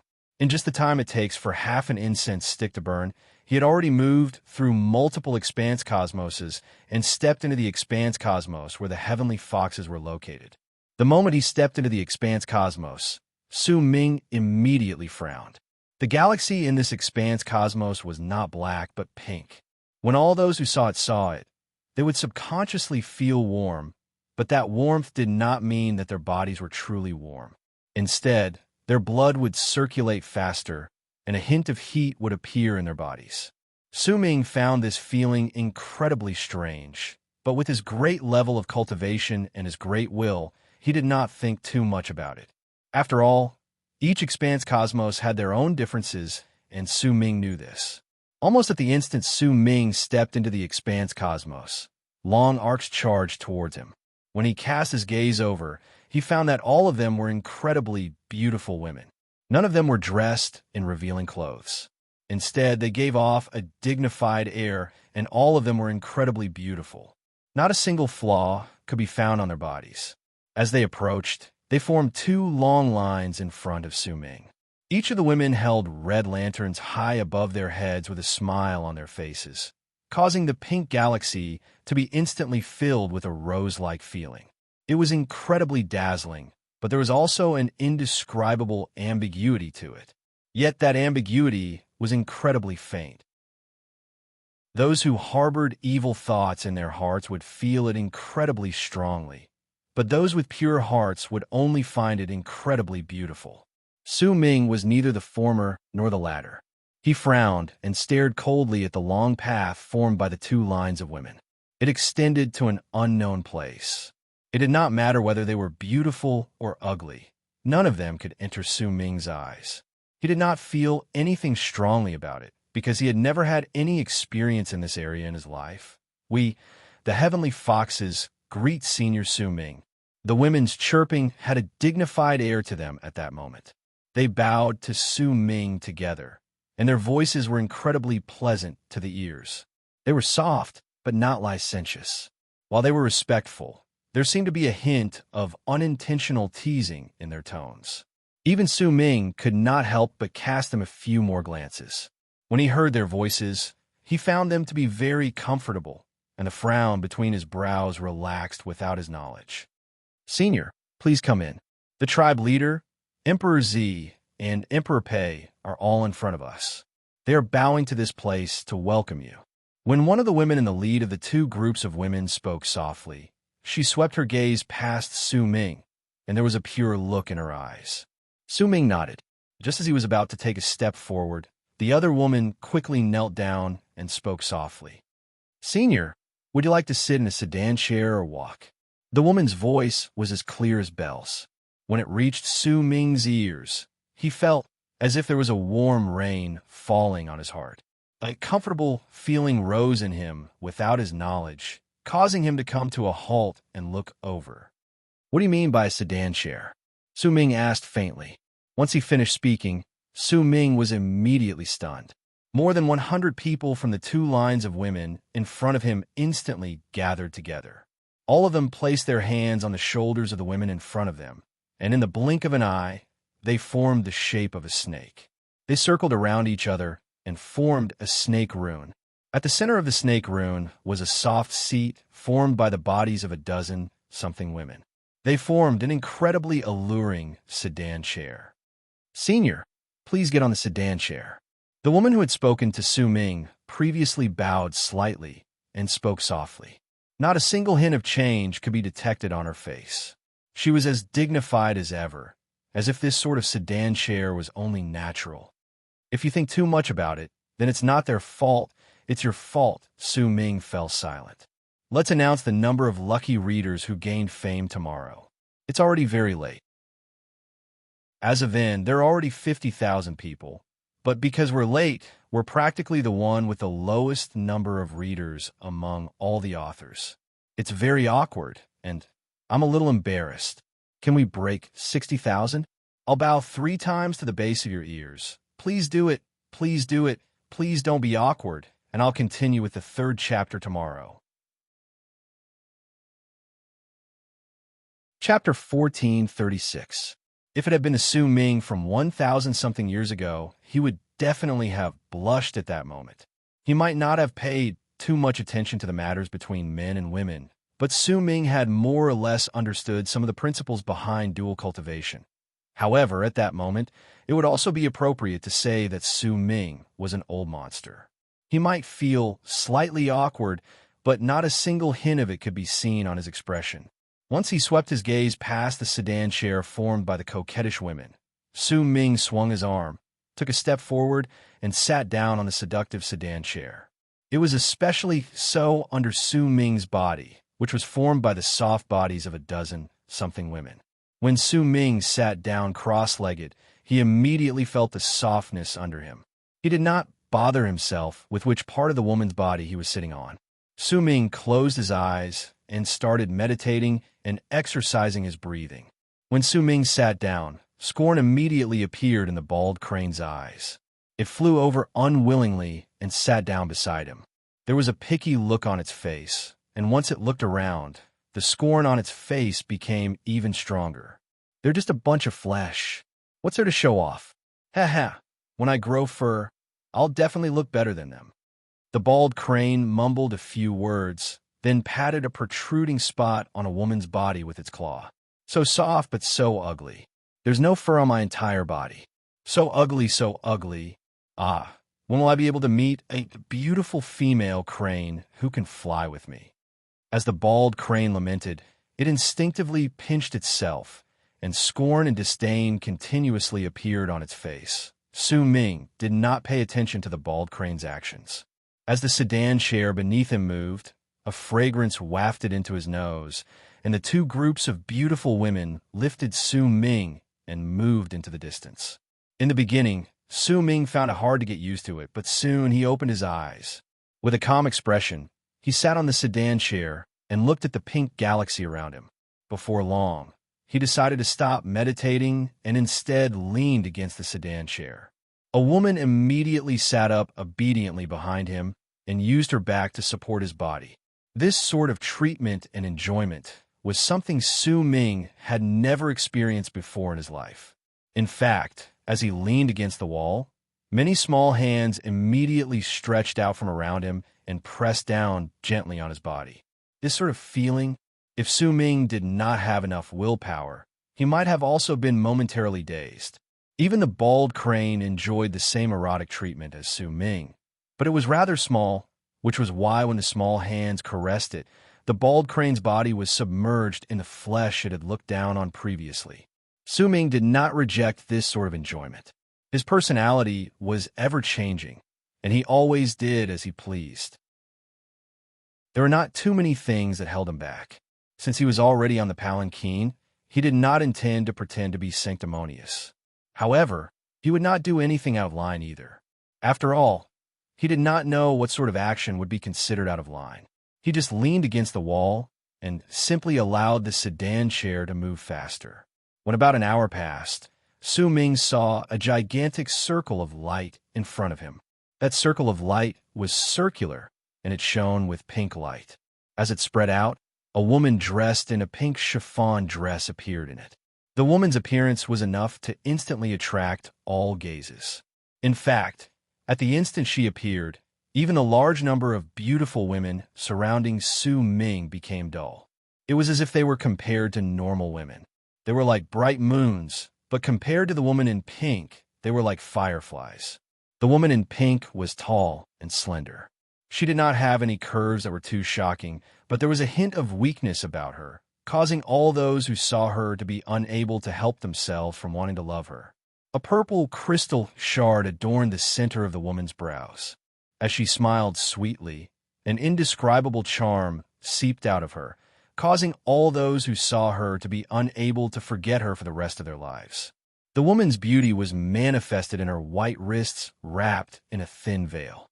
Her eyes were clear and sparkling, and her fingers looked as if they were slicing the roots of onions. Her mouth looked as if it was holding a vermilion pill, and her every frown and smile could move hearts and souls. All the women Su Ming had seen in his life, be it Bai Ling, San Lan, Su Hui, or even Yu Xian, none of them could compare to this woman in terms of beauty. It could be said that the woman before him was the most unparalleled beauty Su Ming had ever seen in his life. That gentle smile, that seemingly indescribable charm in her eyes, and the dignified and faint, enchanting air she exuded fused together to form an impact that could make all lives pale in comparison to her. Even if Yen Pei was also a sovereign of dawn, when he stood beside her, he could not help but become much more indifferent. When others looked at him, they could not help but overlook him, and Yen Pei seemed to know this as well, which was why he did not get close to her. But even so, he could not avoid being overlooked. There were heavenly foxes around the woman, and 8/10 of them were women. Only 2/10 of them were men, and all of them were handsome men and beautiful women. They surrounded the area, and almost at the instant they saw Su Ming, they knelt down and worshipped him. "We greet Senior Su." Their voices echoed in the air.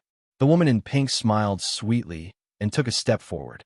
Her gaze landed on Su Ming on the palanquin, and when she swept her gaze past him, she bowed slightly and spoke softly. "I am Ziruo. Greet Senior Su." As a sovereign of dawn, This was a completely different choice and attitude compared to Song San Nu. When she spoke gently, Yin Pei cast Ziruo a strange look, and his heart shuddered. With his understanding of Ruo, he could vaguely see something, but he was immediately shaken by what he saw. This Ziruo, she. Yin Pei sucked in a sharp breath and immediately lowered his head to worship Su Ming. Su Ming sat on the palanquin formed by the women, still leaning against the side. He swept his gaze past Yin Pei and Ziruo. He might have never seen Ziruo before, but at that moment, he could naturally tell that she was the third sovereign of Dawn in Dark Dawn's camp. "Speak. What do you want to tell me that you brought me here?" Su Ming said faintly. He continued leaning against the palanquin. Indeed, when he leaned against the palanquin, the soft body behind him and beneath him was very comfortable. Su Ming's voice was flat, but when it landed in Yin Pei's ears, his heart trembled. All the miscellaneous thoughts in his heart were immediately swept away, and his expression became stern. He took a few steps forward, wrapped his fist in his palm towards Su Ming, and immediately spoke. "My lord, about this." Yin Pei was about to speak when Ziruo, the woman in pink, took over his sentence softly. She looked at Su Ming with her beautiful eyes, and her voice was gentle, as if there was a hint of anxiety in it. "Senior Su, please don't blame me. This is my fault. In the past, there were indeed a few people who did not manage to open a tunnel in Arid Triad's divine essence star ocean. They used the power of the tunnel to arrive in Dark Dawn's camp, and they were in the expanse cosmos where the heavenly foxes are. But I can swear on the fate of the heavenly foxes that I have never seen these people. At the instant they were relocated to the heavenly foxes' expanse cosmos, they were sucked into a strange place in the heavenly foxes' expanse cosmos. When Ziruo spoke softly, she lowered her head. There was not a single hint of falsehood in her words, and she did not dare to hide anything from him. Even though she did not know what sort of divine abilities Su Ming possessed, Yin Pei's ability to reverse time was enough to destroy all lies. Su Ming's expression was calm, and no one could tell whether he was happy or angry. However, he no longer leaned against the palanquin. Instead, he sat up, stared at Ziruo, and spoke slowly. "Continue." It was just 3 simple words, but they caused Ziruo's heart to tremble. However, the more she did so, the more fire burned in her heart. It filled her entire body, making her feel as if she was lowering her head in front of a powerful warrior. She did not feel aggrieved, but indescribably safe. The mighty pressure in Su Ming's gaze caused Ziruo's heart to race. The thought of pushing Su Ming down instantly became incredibly strong in her mind. It's in the Old Man Extermination's tomb. He is a legend in the Expanse Cosmos in Dark Dawn's camp. Before he died, he built his tomb in 4 of the 180 Expanse Cosmoses, and there is one in the Heavenly Fox's Expanse Cosmos. The people who were relocated from Divine Essence Star Ocean were sucked into the Old Man Extermination's tomb, Ziruo said softly to Su Ming with her head lowered. The Old Man Extermination's tomb. Su Ming slowly stood up from the palanquin formed by the women. A brilliant light shone in his eyes. Before he had an understanding of the fragment, and before he had analyzed that the Old Man Extermination came from the vast expanse, Su Ming would not have thought too much about Ziruo's words. But now, a brilliant light shone in Su Ming's eyes before it disappeared without a trace. Once it returned to calmness, he took a step forward and walked out of the alluring palanquin formed by the women to arrive in front of Ziruo. As Su Ming approached her, Ziruo sensed a presence that could suppress her charge at her. She instinctively wanted to move back, but she endured it. She lifted her head and stared at Su Ming walking towards her. Her eyes were very beautiful, like stars, but when Su Ming saw them, his expression remained aloof. When he arrived in front of Ziruo, he said faintly, "The Old Man Extermination's tomb. Lead the way to the Old Man Extermination's tomb." When Su Ming said those words, the bald crane let out a shrill cry from the sedan chair formed by the women behind him. As it screamed, it struggled, and with great difficulty, it flapped its wings and flew out of the women's hands. When it flew out, it looked incredibly disheveled. The derision and disdain on its face had long since disappeared, replaced by terror. Damn it! Damn it! You can't touch that place, you. The bald crane flew out in a disheveled manner and immediately flew to Su Ming's side. It turned its head around and looked at the palanquin that had split up and turned back into many laughing women. The bald crane immediately shuddered. Those pieces of flesh. Those damn pieces of flesh. How dare they treat the great-grandpa crane like this? How dare they touch that place? I. The bald crane was so enraged that even its featherless body turned red due to its anger. Public prestige. Letter. For 4 consecutive days, we have chosen lucky readers to give me a sign picture. This is the 3rd day. I will announce the 3 names from the day before. 1. Little hot. When I see this name, I feel warm too. Indulgence in books. This name is so evil. 3. Shepherd Boy points at Apricot Blossom Village. I admit that this name moved my heart. Chapter 1437. As if its anger had reached an unbearable point, the bald crane was just about to let out a shrill cry and charge back at the women who it felt had humiliated it when Ziruo, who was in front of Su Ming, voiced her obedience softly. Then, she turned into a long arc and led the way. Su Ming's expression was calm. With a step forward, he followed Ziruo into the distant galaxy. By his side, Yin Pei also instantly followed. When the bald crane saw that these people had left, it immediately stopped in the middle of charging forward and glared at the women fiercely. Under the women's coquettish smiles and the enchanting looks on their faces, the bald crane immediately felt deflated. It could not even say anything harsh. It turned around and used its fastest speed to leave the place as if it was fleeing. The pink galaxy in the Heavenly Fox's expanse cosmos had a unique beauty to it. After moving forward for about the time it takes for an incense stick to burn, Ziruo stopped. The color of the galaxy in front of her had changed. It was no longer pink, but black. That black color was like a vortex, but it did not move. It was as if it had been still. It formed a stark contrast with the pink color in the area. The black, still vortex might not be rotating, but it still gave off a feeling that it could devour everything.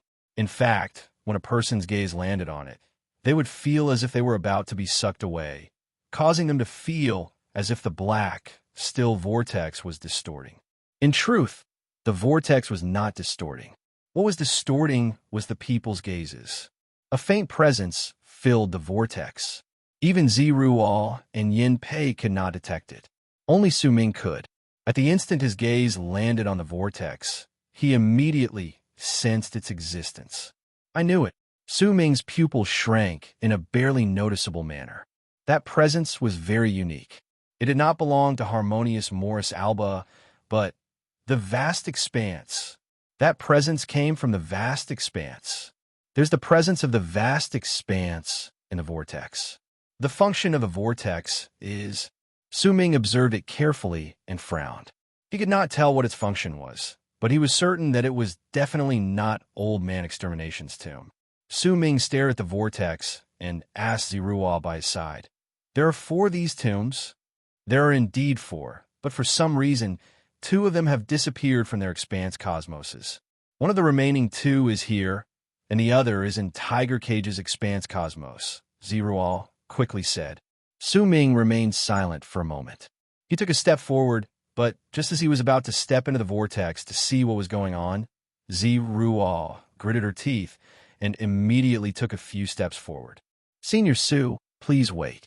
The Old Man Extermination's tomb is in the expanse cosmos of the Heavenly Foxes. Old Man Extermination might be a legendary senior, but since his tomb is in this place, it is inevitable that we will explore it. Over the years, we have gained a great understanding of it. If you have any needs, I can guide you." Once Ziruo finished speaking, she looked at Su Ming. Su Ming fell into a moment of pensive silence before he turned his head around to cast a glance at Ziruo. When he saw the strange sparkle in her eyes, he nodded. "Lead the way." As Su Ming spoke, he moved towards the vortex. Ziruo's spirits immediately lifted. A smile appeared on her pretty face, and she flew over to guide him. As for the bald crane, a thought appeared in its head. Just as it was about to follow, Yin Pei immediately raised his hand and grabbed it, causing the bald crane to fly into a rage. It thought that Yin Pei was humiliating it again, and just as it was about to fly into a rage, Yin Pei sighed. Forget it. Since you don't appreciate my kindness and are willing to follow me, then I will not stop you. What do you mean? The bald crane was momentarily stunned. It blinked, then asked with a cold harumph.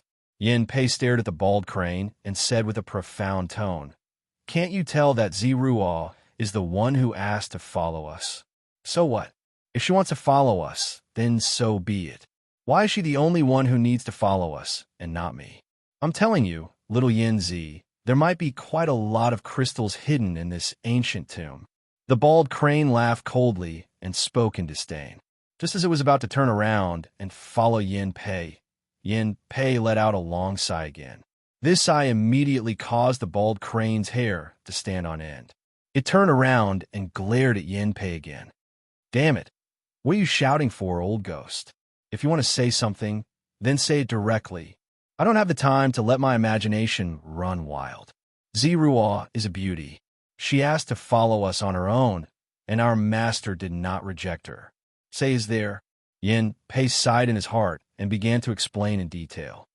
"There's passion?" The bald crane immediately followed up and lifted its claw to scratch its head. When the bald crane spoke, Su Ming and Ziruo had already stepped into the black vortex and disappeared without a trace. Before he stepped in, Su Ming turned his head around to cast a glance at the bald crane. When he saw that it did not follow them, he ignored it. The bald crane's safety would not be a problem in Dark Dawn's camp. Besides, with the bald crane's cunning, when its life was in danger, it would usually come up with astonishing schemes, or else it would have been impossible for the crane to live a good life before it followed Su Ming. The indescribably powerful divine ability it possessed when its presence rose, which gave the crane the ability to scam others for food and drink out of thin air. Su Ming would not talk about the bald crane for the time being. Once he stepped into the still black vortex, a glint appeared in his eyes, and he looked around him. There are 3 layers to Old Man Extermination's tomb. Based on the investigations conducted by quite a number of people in Heavenly Fox Tribe over the years, the structure of the 3 layers is like the 3 layers of heaven, earth, and man. The first layer is the sky. This is a boundless sky, and there are all sorts of screens in the sky, making it impossible for people to find the entrance to the next layer. The second layer is the earth. It is a boundless land. The different terrains are connected together to form a boundless hell whose end cannot be seen. As for the last layer, it is the man. But since ancient times, only one person in Heavenly Fox Tribe has successfully stepped into that place. Once he left behind a jade slip in the second layer, we lost all contact with that ancestor. Ziruo's voice reached Su Ming's ears. He looked around him. This place was blue sky. His front, back, left, right, and even up and down were all part of the sky. The blue sky was endless, and there were white clouds floating in the air. When he was in this place, he felt as if he was standing in the sky. In fact, when Su Ming swept his divine sense outwards, he found that even with the strength of his divine sense, he could not see whether there was any land in the sky. He could not see it. This sort of thing was impossible for Su Ming, because the strength of his divine sense came from his will, but it just so happened. There was only one possibility for this. There was some sort of seal in this place that Su Ming could not understand, and it was precisely because of it that the sky in this place was endlessly large. If he tried to search for its depths, he might just end up walking in circles. He would end up going through a continuous cycle without even knowing it. If you can't find the entrance to the second layer, then how did your people manage to step into the second layer? Su Ming asked calmly. Ziruo smiled sweetly. She turned her head around to look at Su Ming. At that moment, she looked as if there was spring in her eyes. Her nimble eyes were intelligent, and her small, cherry-like lips were red. She looked incredibly beautiful, and the 2 locks of hair by her cheeks fluttered gently in the wind, adding to her alluring charm. She tucked up her hair. Zerual was dressed in a long pink dress. Her waist was small, and she looked like a dazzling picture. It was so beautiful that it was flawless, so beautiful that it seemed otherworldly. Zeruan knew just how beautiful she was, and she also knew exactly where and how she should express her beauty. For example, there was wind in the sky at that moment, and her hair was lifted. She would immediately use that wind to make her beauty bloom before Su Ming's eyes. Haha, even if you're an old monster with great power, I refuse to believe that you won't be tempted. Zerua smiled sweetly while looking at Su Ming, but as she continued looking at him, she saw him frown. I'm asking you a question, Su Ming said with a frown. The woman before him was indeed beautiful, but in his eyes, she seemed to be a little slow. Su Ming's words immediately caused Zerua's beauty, which was like that of a peacock spreading its tail, to instantly crumble. All of her previous actions and the seduction hidden within her were instantly torn to shreds. That's because there is some strange wind in the first layer. Once it turns into a vortex, it will open the entrance to the second layer in an unseen manner, and it can suck people in. But not everyone can be sucked in. Some can enter the second layer smoothly, and some are rejected. In fact, some even die. Also, there's an ethereal spirit in the first layer. That ethereal spirit has no form, but it can absorb your chi and blood. The longer you stay here, the weaker you will become. Also, the sky here is different. Right now, we're in a clear sky, but if we continue forward, we will soon see other kinds of sky, such as a thundery sky, a cloudy sky, a foggy sky, a snowy sky, a rainy sky. Each different kind of sky contains a different kind of spirit. These spirits are strong and weak. The weak ones can't even withstand a single blow, and the strong ones will be hard to deal with even for Avicania realm experts. But no matter what, the first layer isn't dangerous. The true danger lies in the second layer. Zerual felt angry, but she could not show it. That was why, in her gloominess, she decided to say everything in one go. While Su Ming was in the first layer of Old Man Extermination's tomb, in the third layer of Old Man Extermination's tomb, there was a rune in the vast expanse known as the Land of Men. At that moment, there were 3 figures standing in it, waiting for the rune to be activated. They were the 3 black-robed men Su Ming had not been able to detect. Several breaths later, the rune shone, and the 3 figures disappeared. When they reappeared, they were already in another world. It was a world filled with booming sounds. Over the course of countless years, the place had been filled with powerful booms, as if it was a world of sound. The galaxy trembled, ripples spread out, and booming sounds filled the area. The 3 black-robed men appeared in front of a huge ship. The ship had an ancient air to it, as if it had come from ancient times. It floated in the galaxy, and behind it was a huge gap. It looked as if it had been torn apart, and beyond it was a vast expanse of space. The public's prestige. In the letter, the 3 lucky readers today are on Wang Hui. This name reminds me of Wang Hui that passed, too. Youth tainted by fleeting time. I chose him because he looks familiar, and I keep feeling that he's a guy from the book review section 3. The most successful thing is failure. I've been defeated by this sentence. Chapter 1438. The vast expanse was beyond harmonious Morris Alba. Due to the existence of a gap, a large amount of the aura from the worlds beyond filled the place. That aura clashed against harmonious Morris Alba's expanse cosmos, forming booming sounds that never disappeared. A figure could be seen sitting at the bow of the huge ship through the gap. He was dressed in a long gray robe, and there was a toad with a dragon's head embroidered on it. This totem had never appeared in Arid Triad, Harmonious Morris Alba, Dark Dawn, and Saint D Fire. It was a totem that did not belong to them. The person dressed in the long gray robe was an old man. He had his head lowered, and only his long gray hair could be seen. His face could not be seen. He was said to be an old man purely because of the old presence spreading out from his body, and it gave off an instinctive feeling. When the 3 black-robed men saw the gray-robed old man, They immediately knelt down and worshipped him. Master, once that person devoured a 7/10 of Dark Dawn's expanse cosmos, he entered the third indicator board. Right now, we have already spread the news of all the expanse cosmoses he devoured in the first layer according to your orders, the black-robed man said respectfully in a low voice. It's still not enough. After a long while, an elderly voice was suddenly slowly emitted from the gray figure seated on the boat. There was a strange accent to that voice. He might be speaking the language of all the lives in Erytriad's harmonious Morris Alba, but there seemed to be a local accent that he did not want to change, causing those who heard it once to be unable to forget it for the rest of their lives. Understood. We will immediately go back and continue spreading the news.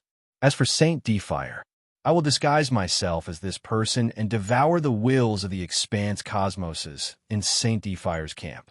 In fact, I will even slaughter them, the black-robed man said after remaining silent for a moment. As he spoke, a grim, murderous look appeared on his face. Once he finished speaking, his body immediately disappeared. The other two black-robed men by his side also left with killing intent on their faces. Once they disappeared, the place sank into silence, but that silence was relative because the booming sounds in the place reverberated in the air all year round and never stopped. In the relative silence, the gray-robed old man on the huge ship slowly lifted his head to reveal a face with blue eyes. He was not old, but nearly middle-aged. When one harmonious Morris Alba is destroyed, an anomaly will definitely appear. This is the unavoidable fate of the 9 butterflies of harmonious Morris Alba. This butterfly is destined to fall in this aeon, and it is also destined that the strongest of all eons of this butterfly will appear. Just like me back then, the gray-robed man muttered. His expression revealed the pain of reminiscence. He raised his right hand and clenched it tightly. As the strongest harmonious Morris Alba in all eons, external forces cannot destroy it. Only harmonious Morris Alba's own power can seal this person. Seal me. Only when you're sealed will my plan be complete. How many times has it been? As the gray-robed man mumbled, a profound smile suddenly appeared on his face. He raised his right hand and waved it outwards. With that wave, the rumbles in this world became several times stronger. At the same time, the ship he was on gradually became blurry until it disappeared without a trace. Goo of the world of the ship of Koskosov of World to 2. With a bang, Su Ming lifted his right hand and swung his arm in the first layer of Old Man Extermination's tomb. A violent gust of wind howled and crashed into the thunderstorm that had gathered together in front of him. It turned into a loud bang that caused ripples to spread out in the sky and tremble continuously. This was lightning sky. When the wind Su Ming stirred up crashed into the thunderstorm, a huge vortex appeared. At the instant it appeared, Su Ming stepped into it, but the moment he touched it, booming sounds rang out, and the vortex crumbled. This is the 9th time. Su Ming stood in the thunderstorm and stared at the disappearing vortex before he turned his head around to cast a glance at Ziruo. There was a gentle screen of light around Ziruo that blocked the rain from falling on her. At that moment, she stared at Su Ming with a slightly strange expression. The vortex should have been the entrance to the second layer, but on their way there, it had appeared 8 times. Each time, it should have been the entrance, but the moment Su Ming touched it, the entrance would crumble. Right then, it was the 9th time. This is... Ziruo did not know what she should say. Since there are people who don't want me to have a smoother journey and don't want me to step into the second layer, then Su Ming cast a glance at the sky around him. He had long since noticed that there were some spirits in the sky. There were quite a number of them, and they were hiding in the sky while staring at Su Ming and Ziruo with greed. I will use my own method to open up a gap. Once Su Ming said those words, he immediately lifted his right hand and seized the air in the direction of the sky. With it, the sky roared, and all the lightning and rain instantly tumbled backwards, causing the rain in the sky to tremble at the same time. Shrill screams came swiftly from the sky. Those screams came from all the spirits who had surrounded the area and were glaring at Su Ming with hostility. When Su Ming seized the air, they were forced to reveal themselves. It was as if Su Ming's right hand had turned into a vortex that sucked them in. At the same time, Su Ming let out a cold harumph. He spread out his will, and it instantly swept in all directions. It filled the rainy, cloudy, snowy skies and all the other skies. When it gathered together, the entire sky roared. The spirits in the land were chased away by Su Ming's will, and they instantly charged towards him. They had no choice but to come, because Su Ming's was like the scythe of death. If it had not come, they would definitely die. As the spirits in the sky continued gathering together, their numbers gradually increased to an astonishing degree. Slowly, they reached a point where they could no longer be counted. Su Ming pushed his right hand towards the sky beneath him. With it, the boundless spirits that filled the area immediately rushed towards him. With their invisible bodies, they turned into a vortex that had physical form. The vortex was in the shape of a cone. At the instant it appeared, the booming sounds were deafening to the ears. The vortex grew larger and continued spreading downwards, as if it had turned into a top. Booming sounds reverberated in the air, and distortions could be seen in the sky. Cracks instantly appeared, but they swiftly closed up. However, as the booming sounds grew stronger and the spirits swimming about in the vortex shuddered under Su Ming's while circulating their energies desperately, the speed at which they closed up could not keep up with the cracking. Cracking sounds rang out, and as more cracks appeared, it was as if the sky was about to be drilled open. This was not difficult for Su Ming. He had only activated all the spirits in the sky and had them break open the first layer of the sky. But when Ziruo saw it, her breathing clearly quickened. Her pupils shrank, and a hint of shock appeared in her eyes. This was the first time she saw Su Ming's true level of cultivation. In fact, at that moment, she was not quite certain whether what she saw was Su Ming's limit. After all, based on his expression, he seemed to be very relaxed. But in Ziruo's eyes, being able to control all the spirits in the first layer of the sky had already surpassed the limits of her imagination. After all, while there were weak and strong spirits among the spirits, even those in Avacania realm would have to frown if they ran into the powerful ones.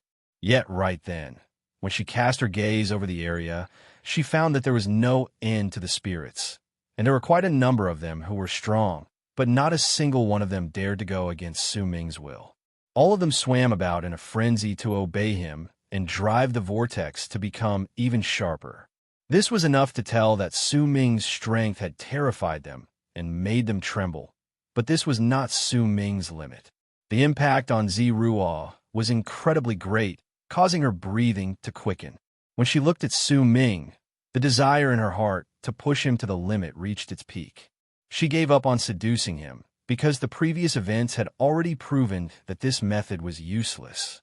No matter how much she tried to show off her beauty, she was incredibly pale in his eyes. If that was the case, it would be better for her to use other methods. Ziruo forced down the pounding of her heart, and a hint of pink appeared in her eyes. I can only use the great soul reversing art. Thank goodness I made preparations beforehand. Judging by the time, the arrangements I made in the tribe should have already started. Su Ming, I will definitely have you. Only the strongest of this aeon can create a perfect life with me. Ziruo clenched her fists. As she pumped herself up, her expression became even more determined. Su Ming, who did not know about the thoughts in Ziruo's mind, swept his gaze over her. When he saw the determination on her face, he frowned. He had a feeling that the woman was just born with a good appearance. Logically speaking, it was impossible for anyone who had reached Avacania realm to be so slow. However, Ziruo's reactions were always a little slow, and she would often be in a daze.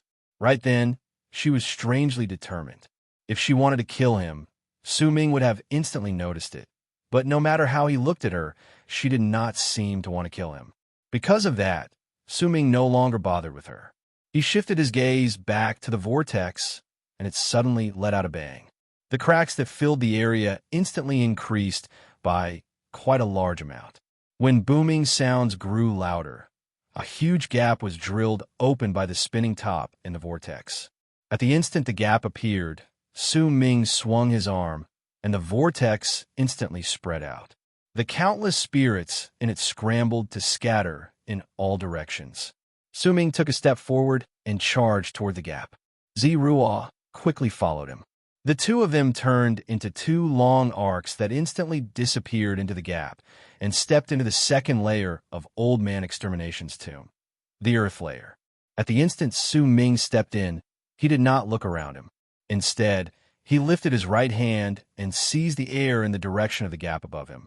A great suction force spread out, and the scattered spirits beyond the gap came to an abrupt halt before they tumbled back into the gap. Once you drill through the second layer, all of you will be free. As Su Ming's voice echoed in the air, he seized the spirits with his right hand and pushed them towards the ground. With it, the spirits immediately roared and charged towards the ground helplessly. They formed another vortex and continued drilling through the ground with loud bangs. Public prestige. There is only one day left until tomorrow. My fellow Taoists, hurry up, but even if you don't get the photo, it's fine. Next time, we will be giving physical copies of The Immortal Renegade. We will be giving them away for half a month. Chapter 1439. The second layer of Old Man Extermination's tomb was the ground.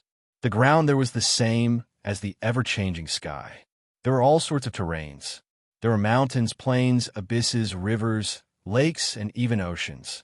All sorts of terrains existed on the ground, making anyone who looked at it feel as if they had seen all the worlds in the world.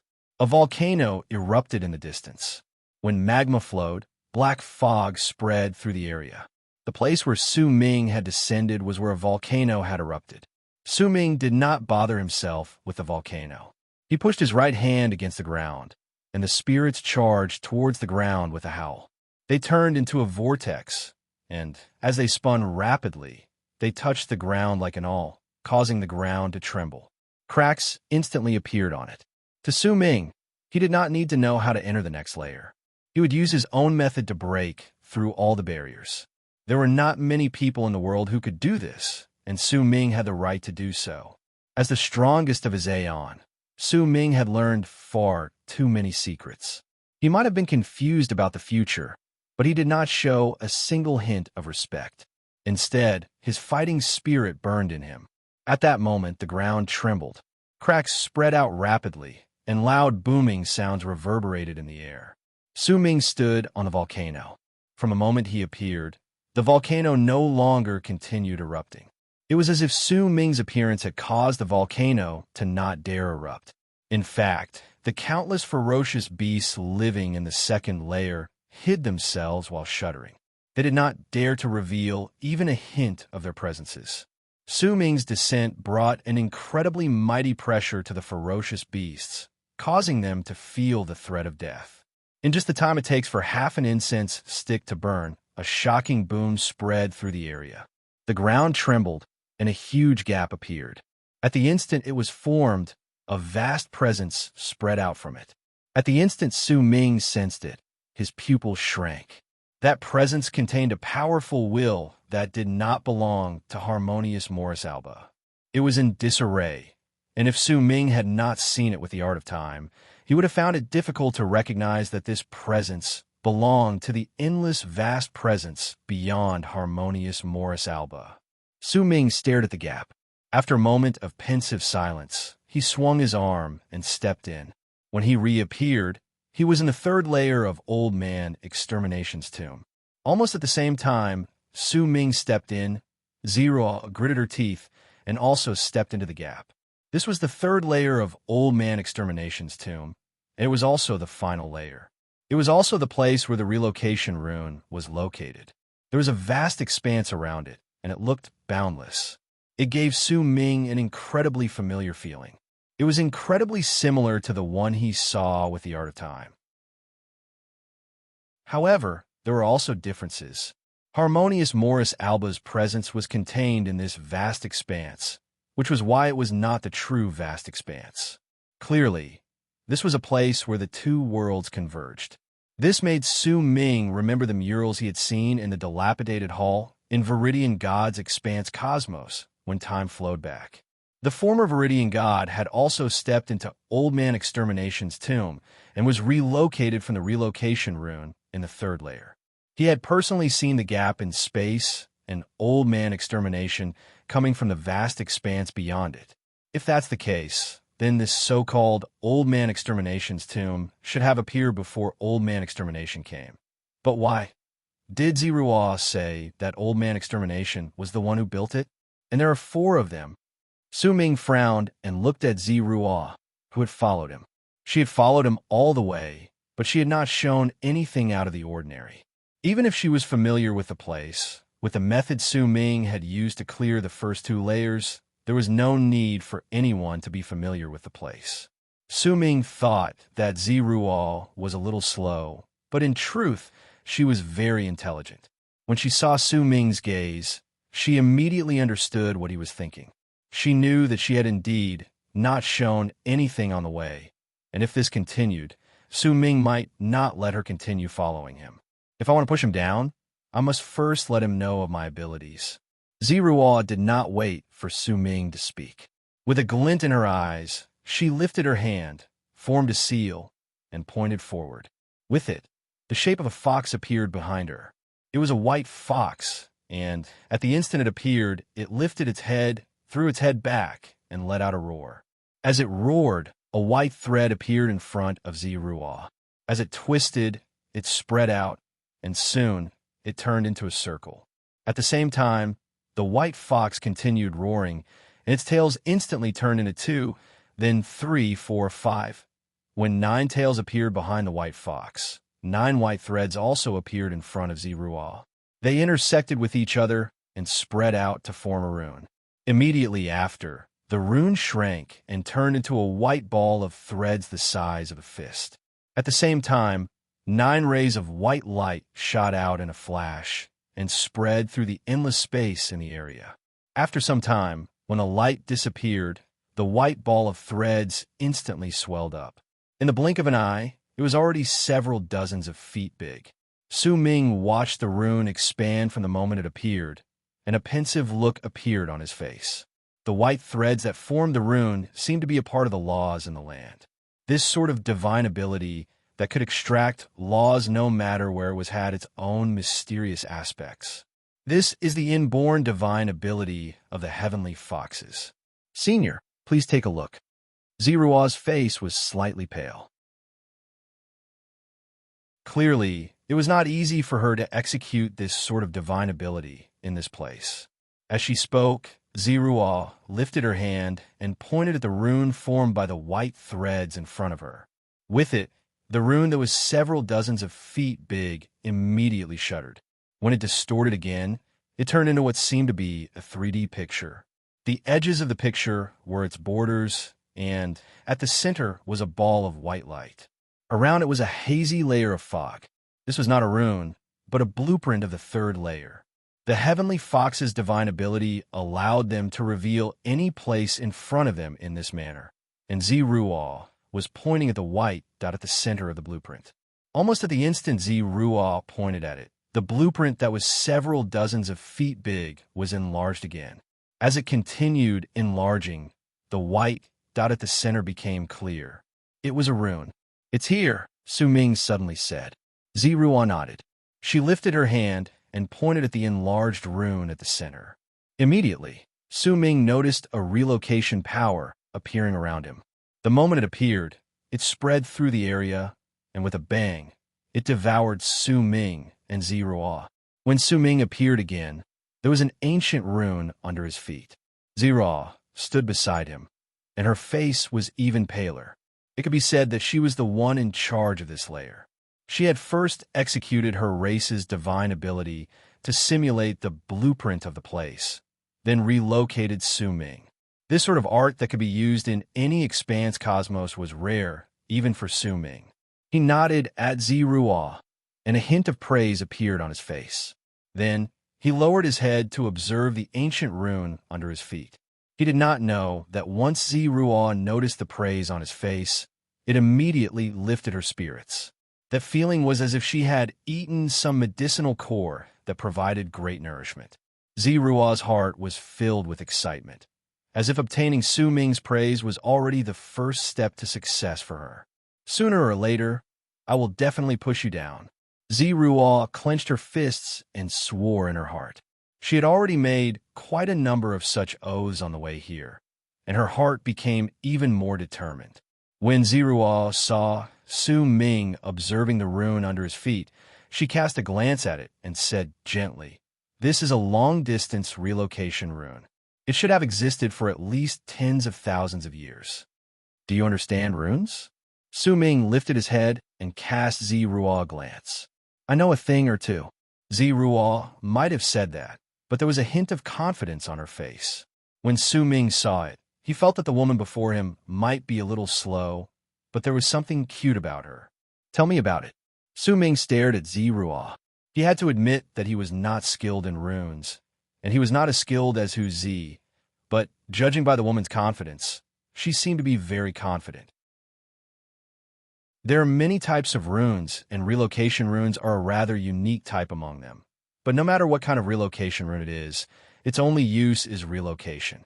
When Zirua spoke of runes, confidence appeared on her face, and it made her even more beautiful. Since it's a relocation rune, unless there is no specific location, then there is another point. When the 2 points are connected together, it becomes a relocation rune. It is divided into one-way and two-way relocation runes.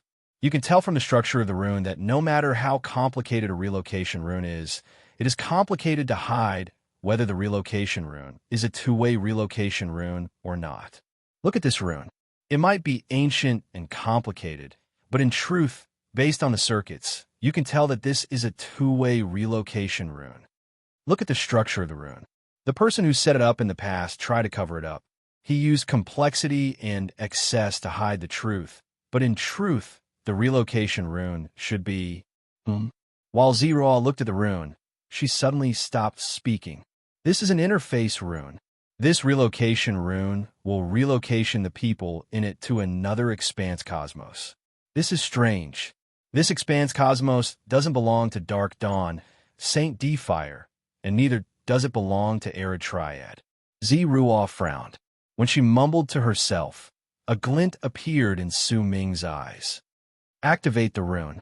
We'll be relocated to another expanse cosmos. With Su Ming by her side, even if they ran into any danger, Zirua was confident that he could resolve it. When she heard his words, she immediately lifted her right hand, and the white nine-tailed fox appeared behind her. When she pushed her right hand against the rune, it turned into 9 rays of white light that instantly fused into the rune. The rune roared. Powerful light instantly spread out and submerged Su Ming and Zirua's figures. After a moment, when the light dimmed and everything returned to normal, the rune remained as it was, but Su Ming and Zirua had already disappeared without a trace. "So, they're here." A low murmur came from the hidden ancient ship at the gap leading to the vast expanse in the 4th expanse cosmos. There were 2 pieces of news. The first was that there was only 1 chapter today, and it would be filled up in the next few days. The second was good news. Prestige had obtained benefits from certain channels for everyone. In the next 10 days, 10 signed books for sets of immortal defiant Chinese tunic suits, for PSPs for handheld games, 2 iPads, and 1 laptop would all be given out through Prestige. They would not only be given to new readers, but all of them would have a chance to receive them. It was an unprecedentedly great gift, and it could be said that it was something that no author had been able to do up to that point in time. There would definitely be no shady deals involved, and it would definitely be given to the readers. What are you waiting for? Chapter 1440. The relocation seemed to last for an incredibly long time, as if a long time had passed. It was so long that Su Ming did not know how many years had passed, and fatigue that he could not stop rose in his heart. But at the same time, it also seemed to pass very quickly, causing him to feel as if his vision had just turned black. When the world became clear in his eyes, everything had already passed. This contradictory feeling rose in Su Ming's heart at that moment. He cannot describe it clearly, but that was indeed the feeling. It lasted for a long time, but in the blink of an eye, it caused a person's mind to be thrown into disorder. It was just like how a normal cultivator would feel when meditating or a mortal would feel when sleeping. To him, it would only be an instant, but in truth an entire night or even longer would have passed. When the world before Su Ming's eyes became clear, a brilliant light shone in his eyes. What appeared before him was not harmonious Morris Alba's fourth expanse cosmos, as Su Ming had guessed, but a semi-transparent, indistinct area. It was as if a layer of sand had covered the world, causing everything to become indistinct. At the same time, Su Ming felt as if he could not move his body. A glint shone in his eyes, and he scrutinized the indistinct, semi-transparent area before him. He saw a huge tunnel beyond the indistinct area. It looked as if there was no end to it, and it stretched endlessly downwards. It was as if there was flesh and blood around it. It looked like a membrane, but it seemed to possess life. It was as if it was a living tunnel, and Su Ming was at the top of the tunnel, in a thin cocoon that was about 30 feet big.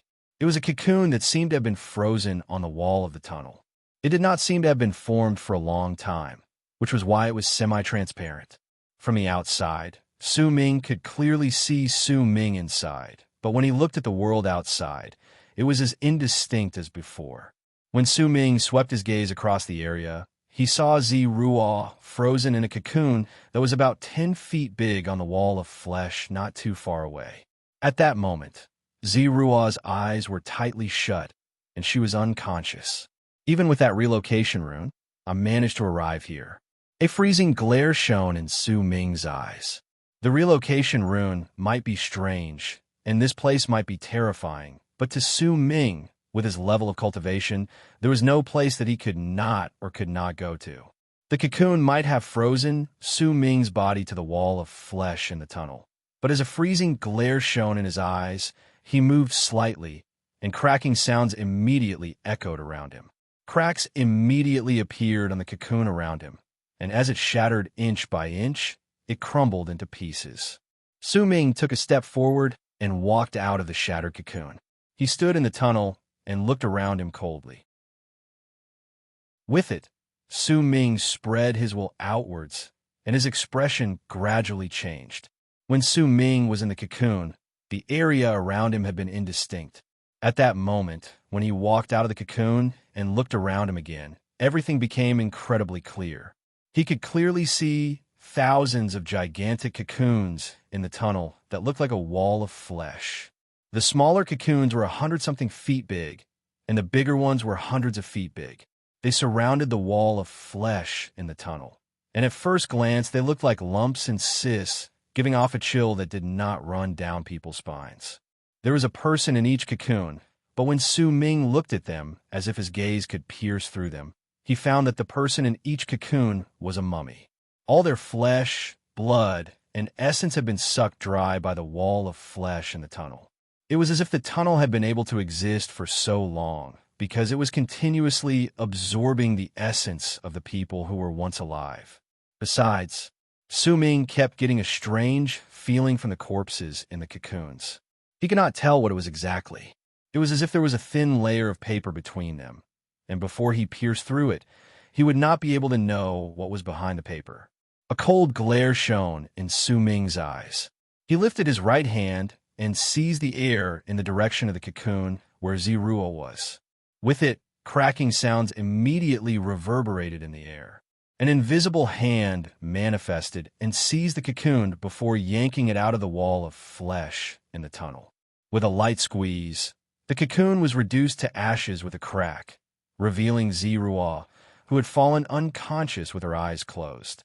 Her face was pale, and there was a hint of weakness on her face. It was as if some of her vitality had been sucked out of her during the time she was in the cocoon. Su Ming lifted his right hand and tapped the center of Ziruo's brow. Ziruo shuddered, and her eyes flew open. There was a dazed look in her eyes for a moment, but it only lasted for an instant before she returned to normal. She looked around her, and her expression gradually turned sour. Clearly, she had noticed the reason behind her weakness. This is... Zirua hesitated for a moment. She swept her gaze past the cocoons, and an incredibly bizarre feeling rose in her heart. You'll know once you take a look. Su Ming cast a glance at his surroundings. The strange feeling became even stronger. As he spoke, he charged down the tunnel. Zirua quickly followed behind him. The two of them charged down the tunnel with one in front and the other behind. At the instant they did so, Su Ming's heart trembled. For some unknown reason, this scene reminded him of Death Vortex. He had been like this in Death Vortex. He had continued charging downwards, and when he reached the end of the tunnel, he had walked from Arid Triad to Harmonious Morris Alba. At that moment, the tunnel caused this thought to appear in Su Ming's head.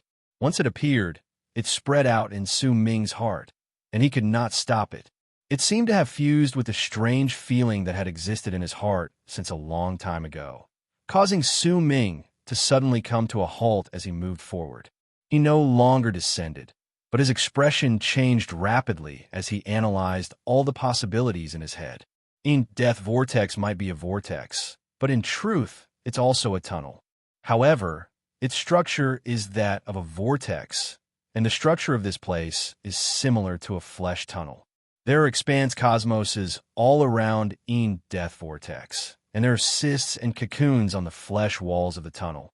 As Su Ming mulled over his thoughts, he suddenly moved and appeared beside a huge cocoon.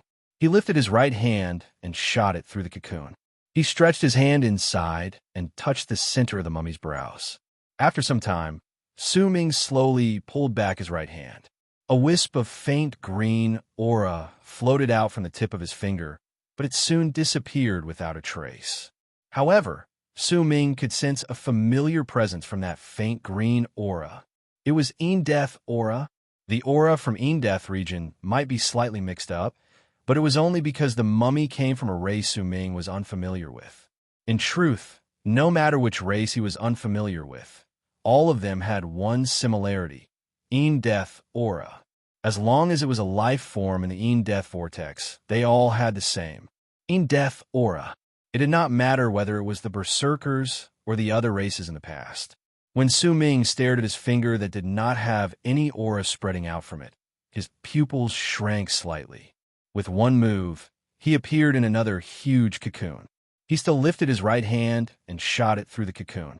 His finger went inside and pressed against the center of the corpse's brows, which had been dead for many years and had all its flesh, blood, essence, and energy absorbed. When he pulled his finger back, a faint green aura spread out. That faint Death aura was the exact same as before. Su Ming's expression turned even darker, and a hint of killing intent, as well as a freezing glare, appeared in his narrowed eyes. By his side, Zirua witnessed everything. She might not know what connection the faint green aura had with Su Ming, but with her intelligence, she could tell with just one glance the killing intent contained in Su Ming's expression. That killing intent was so strong that Zirua had never seen it on Su Ming during their journey. It was as if, at that moment, if anyone dared to provoke Su Ming, they would definitely have to suffer an unimaginable rage. Death aura, Su Ming mumbled. Su Ming mumbled. He moved 7 times in succession, and every single time, he would land beside a cocoon. Every single time, he would put his finger inside and take it out. He experimented again and again, and every single time, he would see the faint green aura that contained Death aura. This made Su Ming completely understand why he had that strange feeling towards this place. The cocoons on the walls of the flesh tunnel were all filled with lives from Death Vortex. It was as if only the lives from Death Vortex could be absorbed by the flesh tunnel. It was as if the tunnel could not absorb other cultivators, except for the cultivators from Death Vortex. When Su Ming cast his gaze over the tunnel, he found that he had underestimated the number of cocoons in the tunnel. There were no thousands of them. There were clearly nearly 100,000. There was no end to it. There were cocoons everywhere, and all of them were cultivators from Death Vortex. Their lives, their flesh, their everything had become a part of the growth of this flesh passageway. A red glare shone in Su Ming's eyes. It symbolized killing intent and anger. At that moment, if he still did not understand the function of the tunnel, then he would have lived in vain for so many years. This was clearly a death tunnel created by someone intentionally imitating death vortex. There was only one function in the tunnel, and that was to imitate death vortex's ability to pierce through harmonious Morris Alba and arid triad. With the tunnel as the core, it could pierce through dark dawn, Saint D fire, and the so-called fourth expanse cosmos. Besides this function, Su Ming could not think of anything else, and he was incredibly certain that this tunnel had been created by someone in the past for this purpose. It was precisely because of the uniqueness of the expanse cosmos where the cultivators from Death Vortex resided that the construction of the tunnel required the cultivators' flesh, blood, and souls, and a large number of them. Only then could the construction be completed. Besides old man extermination, Su Ming could only think of a second person who had the right to spend so much money. Once he understood this, he looked at the corpses and cocoons again, and a shudder ran through his body. He did not want to find his master Tian Xizi and the first god of berserkers Lai Shan Xiu among the corpses. It's still the first update today. Why go back? I will definitely make it up. Tomorrow, I will announce the list of autograph photos. Tomorrow, I will draw a PSP, a physical book, and a defying immortal Chinese tunic suit. This is a rare chance. Everyone sees it. Chapter 1441. That's not right.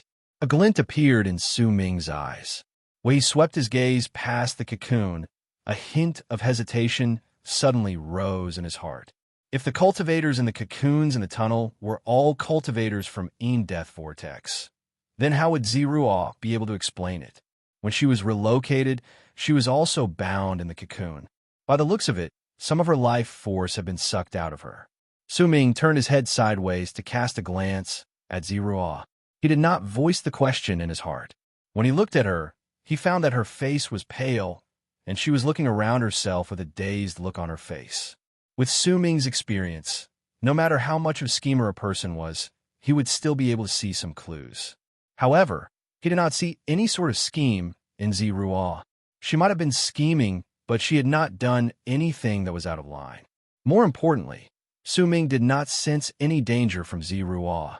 With Su Ming's level of cultivation and the strength of his will, he could sense danger from others. This was similar to intuition, but when it came to Su Ming, it surpassed intuition. Su Ming could clearly sense that while Ziruo seemed to be scheming, she did not harbor any malicious intent to endanger his life. It was precisely because of this that Su Ming frowned. After a moment of pensive silence, he pushed the matter to the back of his mind and charged into the depths of the tunnel.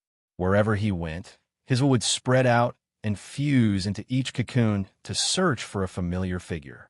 He would search for his master, head to the fourth true world through this place, cast a glance at the gap in the vast expanse, and search for traces of old man extermination. This was what Su Ming wanted to do at that moment.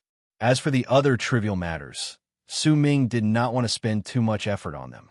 As for Ziruo's schemes, in Su Ming's eyes, they were mostly for the sake of her race. She did not specifically target him, or else it would have been impossible for him not to notice any clues. Besides, if Ziruo had truly gone overboard with her schemes, then with Su Ming's personality, he would have coldly watched her perform. Once she was done, he would just destroy her. Behind Su Ming, Ziruo felt slightly complicated at that moment. This was because when she lost consciousness while bound by the cocoon, she seemed to have had a vague dream, and it was a dream that made her heart race. When she woke up from the dream and was dragged out of the cocoon by Su Ming, Ziruo could clearly sense that a part of her life force had been sucked away.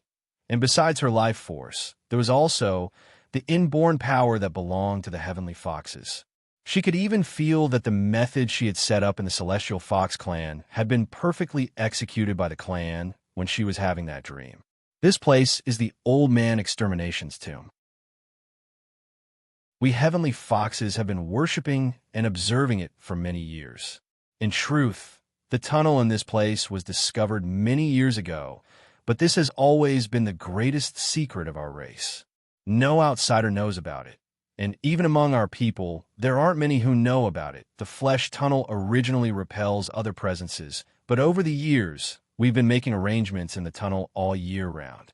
In fact, we've buried quite a number of our people's corpses in the tunnel. With this method, we've fused with the tunnel so that part of it can be controlled by us heavenly foxes, and in the end, the flesh tunnel can absorb our inborn abilities. In fact, if we release them here, they will become even stronger. Ziruo stared at Su Ming in front of her and gritted her teeth. There were many women in the heavenly foxes, but it was rather difficult for them to reproduce. After the ancestors of the Heavenly Fox clan had explored this flesh passageway, they came up with a way to absorb the power of vitality through this passageway, allowing it to absorb the talents of the Heavenly Fox clan. As a large number of Heavenly Fox clan members were sent here and integrated into this passageway, to a certain extent, the Heavenly Fox clan members and this flesh passageway had a certain connection. After all, one of the inborn divine abilities of the Heavenly Foxes was fusion. They used their bodies to fuse with everything. This was similar to Su Ming's possession, but it was much gentler. The effects might not be perfect, but if they used it on their race, they could fuse with each other in an invisible manner as time passed. This was something that not even Old Man Extermination had expected. After all, no matter how strong he was, it was impossible for him to pay attention to too many trivial matters. The black-robed men also did not notice the Heavenly Fox's little tricks over the years. Hence, as the Heavenly Foxes fused with the tunnel over the years, when they needed it, they could use the method of offering sacrifices in the world outside to activate the layout in the place, causing the place to release a barely discernible aphrodisiac. Due to the sealing of the tunnel, the presence would become thicker.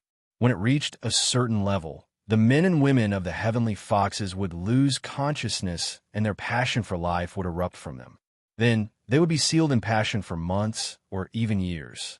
In this sort of situation, the problem of their race's reproduction would be solved to a certain extent. Ziruo had been bound by the cocoon and had her life force absorbed, just like how Su Ming had noticed the cultivators in Yin Death Vortex. Even if Su Ming did not save her, once she absorbed a certain amount of her life force, Ziruo would wake up on her own. At that moment, almost all the Heavenly Foxes in the planets belonging to the Heavenly Foxes were dancing around a huge statue of a white nine-tailed fox on each of the cultivation planets. There was an incredibly seductive melody to their dance. As they surrounded them, moans echoed in the air. Their voices were filled with the most pleasant sound in the world. At first glance, it sounded like they were panting, but if anyone listened to them closely, their hearts would pound against their chests, and they would feel as if they were chanting some sort of incantation. All 739 planets belonging to the Heavenly Foxes were in the same state at that moment. The Heavenly Foxes on each planet danced faster. Gradually, as sweat appeared on their bodies, waves of fragrance spread out. Pink light shone on each of the women, causing the 739 planets to slowly turn pink. It also made the pink galaxy in the Heavenly Fox's expanse cosmos even more dazzling. An aphrodisiac presence that could make a person lose their consciousness and go mad grew stronger. It was as if the entire Heavenly Fox's expanse cosmos was filled with an aphrodisiac. It filled the air and affected Old Man Extermination's tomb as well as Ziruo in the Rune Tunnel, causing her eyes to gradually become clear and dazed. Under her clothes, pink dots gradually appeared on her body. These pink dots were densely packed, and there were a total of 739 of them, which corresponded to the nine-tailed statue that was surrounded by countless members of the Sky Fox clan dancing on the 739 stars.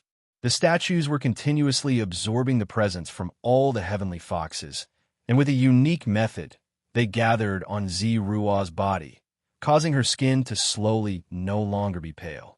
Instead, as the 739 pink spots spread out, they gradually fused together, and her skin turned pink. At the same time, the aphrodisiac presence belonging to the heavenly foxes slowly grew in the flesh tunnel. It was very faint in the beginning, so no one would be able to notice it. But once they noticed it, it meant that the presence had become incredibly thick. Su Ming traveled very quickly. When he moved forward, his will spread out and swept through each cocoon before he charged into the depths of the tunnel. He did not find Tianxiazi's figure in any of the cocoons, but gradually, as he charged forward, Su Ming's breathing gradually quickened, and his heart began to race. At the instant this feeling appeared, a hint of red appeared on Su Ming's face, and a rare hint of blankness appeared in his eyes. That blankness only lasted for an instant before disappearing, and clarity returned to Su Ming's eyes. However, his expression turned slightly sour. This was not the first time he had experienced this feeling of his heart racing. In truth, many years ago, when Su Ming was still in the land of berserkers, he had gone through an experience he would never forget. That time was when he faced Madame G. He had been poisoned by Madame G. That poison was insignificant to the current Su Ming, but to him in the past, it was so strong that it could instantly make his will scatter due to his lust. At that moment, Su Ming felt as if he had been poisoned by that evil poison in the past. A large amount of complicated pictures appeared in his head. A glint appeared in Su Ming's eyes. When he turned his head around, he saw Ziruo. With that one glance, he immediately saw the same confusion on her face, along with her trembling body and the appearance of fragrant sweat. In fact, Ziruo's exposed skin had already turned pink. Su Ming also saw terror on her face. Ziruo was terrified because based on her plans, the aura in this place would not affect her too much. After all, she was a heavenly fox, and the one who would be affected the most should be Su Ming. Yet now, she realized that she could not control the aura in this place. In fact, her body was being invaded by it, and her mind was gradually becoming muddled. How could this be? No wonder I could sense that she was scheming against me, but I didn't sense any danger. Su Ming frowned. The strange aura in this place was the exact same as the one he had sensed in the expanse cosmos of the heavenly foxes. However, the density of the aura in this place far surpassed that of the world outside. At that moment, it was incredibly thick. Su Ming let out a cold harumph and swung his arm. Immediately, a gust of freezing wind appeared out of nowhere. As it swept through the area, Su Ming instantly increased his speed and charged into the depths of the tunnel. However, the instant he flew out, the aphrodisiac aura that could make a person lose their will became even thicker, causing the tunnel to be instantly covered in a pink haze. At the same time, the lives in the cocoons on the walls of the flesh tunnel suddenly shuddered. With cracking sounds, the last bit of flesh and blood on the dried corpses were instantly sucked away, and they were reduced to powder. An old voice came from the fourth expanse cosmos gap. There was a hint of surprise in that voice, as if an invisible figure had lifted its head and cast its gaze into the distance. So, I've finally been noticed. Looks like Arid Triad hasn't been completely assimilated. As of today, all 12 autograph photos have been sent out. The last 3 lucky readers were 1. If You're Well At a Sunny Day, 2. LGL 17, 3. Monster 2, Live 3. The 12 photos will be mailed next week. Remember to send me the addresses in your email. Starting tomorrow, we will send 10 autographed books. This event will last for 2 days. 5 autograph books will be sent out each day, followed by Chinese tunic suits, then PSP, iPads, and laptops. Please pay attention to our reputation. More prizes will be sent out one after another. Also, there will be one update every few days. Starting next Monday, there will be 3 updates until we finish. There are so many things to say, but I know that updating this month is a pain in the ass. I know I was wrong. Watch my performance next week. Okay. Chapter 1442. As it was magnified, the indistinct poisonous desire before Su Ming's eyes grew endlessly larger. At the same time, the rotating vortex touched the wall of the flesh tunnel. At the instant it did so, the gentle power that had appeared previously traveled into Su Ming's body once more, causing the vortex to instantly crumble and the wall to shrink inwards. At the instant it shrank, the body of the young man, formed by arid triad, dissipated a little, but soon it gathered together once more. But at the instant it dissipated and gathered together, Su Ming's third eye magnified the young man's body 10 million times over. He saw countless glowing spots in arid triad's illusory body. He saw a world in the glowing spot at the center of his brows. He also saw a galaxy in that world. It was instantly magnified in Su Ming's third eye, and he saw a cultivation planet in it. There were 3 altars on it. The 3 altars formed a triangular shape, and there was a person sitting on each of them. There were 2 men and 1 woman. The woman was dressed in white, and as she sat, she formed a seal with her hands. The middle-aged man on the altar across her seemed to be activating all their power to help an old man on the third altar. The old man was dressed in a long robe. His hair was a mess, and there was blood at the corners of his mouth. His right hand was pressed against a shattered bone, and in his left hand was a small pink bottle. It was a strand of hair that was soaked in a pink liquid. The old man was mumbling as if he was chanting some sort of incantation, and the area around him distorted. The presence of Avacania realm was thick on the 3 people. They were clearly 3 powerful warriors in Avacania realm. Su Ming had never seen 2 of them before, but the woman. At the instant he looked at her, he immediately sensed a familiar presence from her. That presence was once the presence of Su Ming's supreme treasure. Clearly, the woman was the former owner of the ring. Because of that, her identity was already clear in Su Ming's eyes. The 3 cultivators in Avacania realm from Saint Defire. Killing intent shown in Su Ming's third eye. It was just as he had expected. There was a third party involved in this trap, and once Su Ming saw all of this, he came to a complete understanding. He could also sense a hint of arid triad's presence on the shattered bone the old man held in his right hand, and the strand of hair in the bottle filled with pink liquid belonged to him. At the instant Su Ming saw all of this with his third eye, the old man's eyes flew open, and a resolute look appeared on his face. He squeezed the bottle with his left hand, and it immediately shattered. The strand of hair and the pink liquid within fell on the broken bone, and they were instantly absorbed by it. Even the strand of hair was branded deeply on it, as if it had become a part of the bone mark. A curse, huh? Su Ming swiftly closed his third eye. The world before him disappeared, and what appeared in his eyes once again was the indistinct sight of the flesh tunnel. The poisonous aphrodisiac had already filled every inch of the place and covered Su Ming's vision. In fact, his body had already turned pink. His mind might still be clear, but his heartbeat had already sped up, and the circulation of his qi and blood had become much faster than usual. In fact, red had already appeared in Su Ming's eyes. Blood capillaries filled his eyes, and they exuded an oppressive desire. However, there was also a powerful killing intent within them. However, there was also a hint of worry in Su Ming's killing intent. Su Ming could not think of a way to break out of this trap. If he allowed time to pass, he knew what would be waiting for him. At that moment, when he moved back, he lifted his right hand, and the illusory shadow of Harmonious Morris Alba immediately appeared behind him. It was the manifestation of his will. When it moved forward, the shadow of Harmonious Morris Alba with Su Ming's will immediately flew out. With a loud bang, it charged towards the fog, and once it shot through it, it crashed into the flesh tunnel. However, with arid triad's will around, Su Ming's will was still dissolved in the end. Su Ming's eyes turned even redder. He lifted his hands and formed a seal. Morning Tao World's will, Immortal Sex will, Sky Hill's will, and the Emperor of Abyss True Worlds will descended once more. At the same time, he threw his head back and roared. When he stretched out his right hand, the soul of great Berserker tribe charged out with a howl.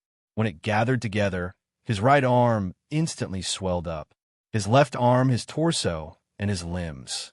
In an instant, Su Ming completed the god of Berserker's transformation.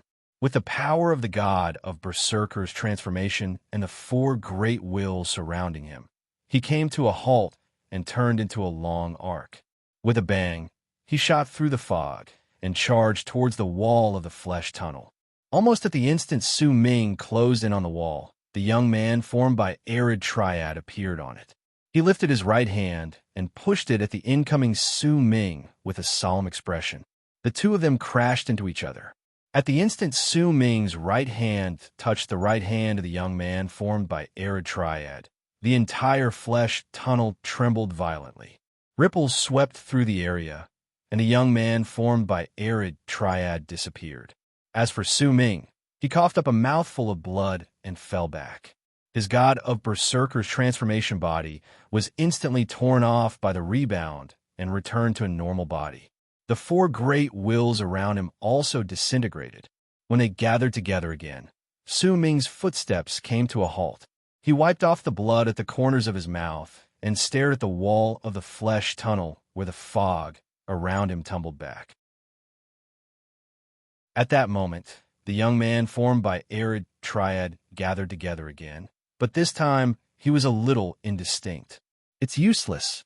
In this place, all your resistance is useless. The more you struggle, the faster the poison of desire will act up, the young man formed by Arid Triad said, faintly, while staring at Su Ming. Su Ming cast him a cold glance and moved back. The flesh and blood wall was everywhere, and it was difficult for Su Ming to break Arid Triad's will. When he moved back, a myriad of thoughts raced in his head. Arid Triad's descent is like duckweed, and the source is Saint Defire's Avicania realm cultivators. They worked together to lock down the path in this place and change the heavenly fox's inborn abilities. They also used a curse to curse me. That shattered bone belongs to Arid Triad, and that hair belongs to me. That pink liquid is clearly the poison of desire that caused the fog in this place. They don't want to kill me, but Arid Triad wants to devour me. He must have a lot of backup plans to ensure that he can carry out his plan perfectly no matter what happens. Su Ming moved. As he charged backwards, the pink fog tumbled towards him and filled the area around him. If I want to get out of this situation, my focus isn't on Arid Triad, but on the three people from Saint Defire. As long as I get rid of them, a flaw will appear in this situation, and Arid Triad won't be able to devour me perfectly. He was worried that fighting against me would affect the disaster's descent, so this worry will definitely appear again. I need a chance to get rid of the three people from Saint Defire. But right now, everything in this place is sealed, and I can't send my will outwards, which means that I can't be of any use against the three people from Saint Defire. What should I do to indirectly make them unable to continue with the curse? Su Ming continued retreating. As he watched the pink fog tumble about, he sensed a primitive desire gradually growing in his body. Once it appeared, it immediately started interfering with Su Ming's mind. As Su Ming retreated, the fog around him became thicker. It closed in on him while covering the sky and earth. In fact, the fog around him had already submerged his body. There's another method, and that is to use the power of the butterfly's wing fragment to forcefully leave this place. This method can work, but if I leave in this state, then even if I escape the flesh tunnel, I won't be able to avoid being devoured by Arid Triad. This wing fragment should only be used at the most crucial moment. Only then will it be of utmost importance. Su Ming's consciousness gradually became indistinct. This was something that had never happened to him after his will reach perfection. But right then, under the interference of Arid Triad's will and the scheme of the three people from Saint Defire, it was the first time Su Ming faced such a predicament after his will reach perfection. In fact, he could already sense that Arid Triad had already opened his mouth and bare his fangs behind the fog. Once Su Ming's consciousness faded away, he would devour him.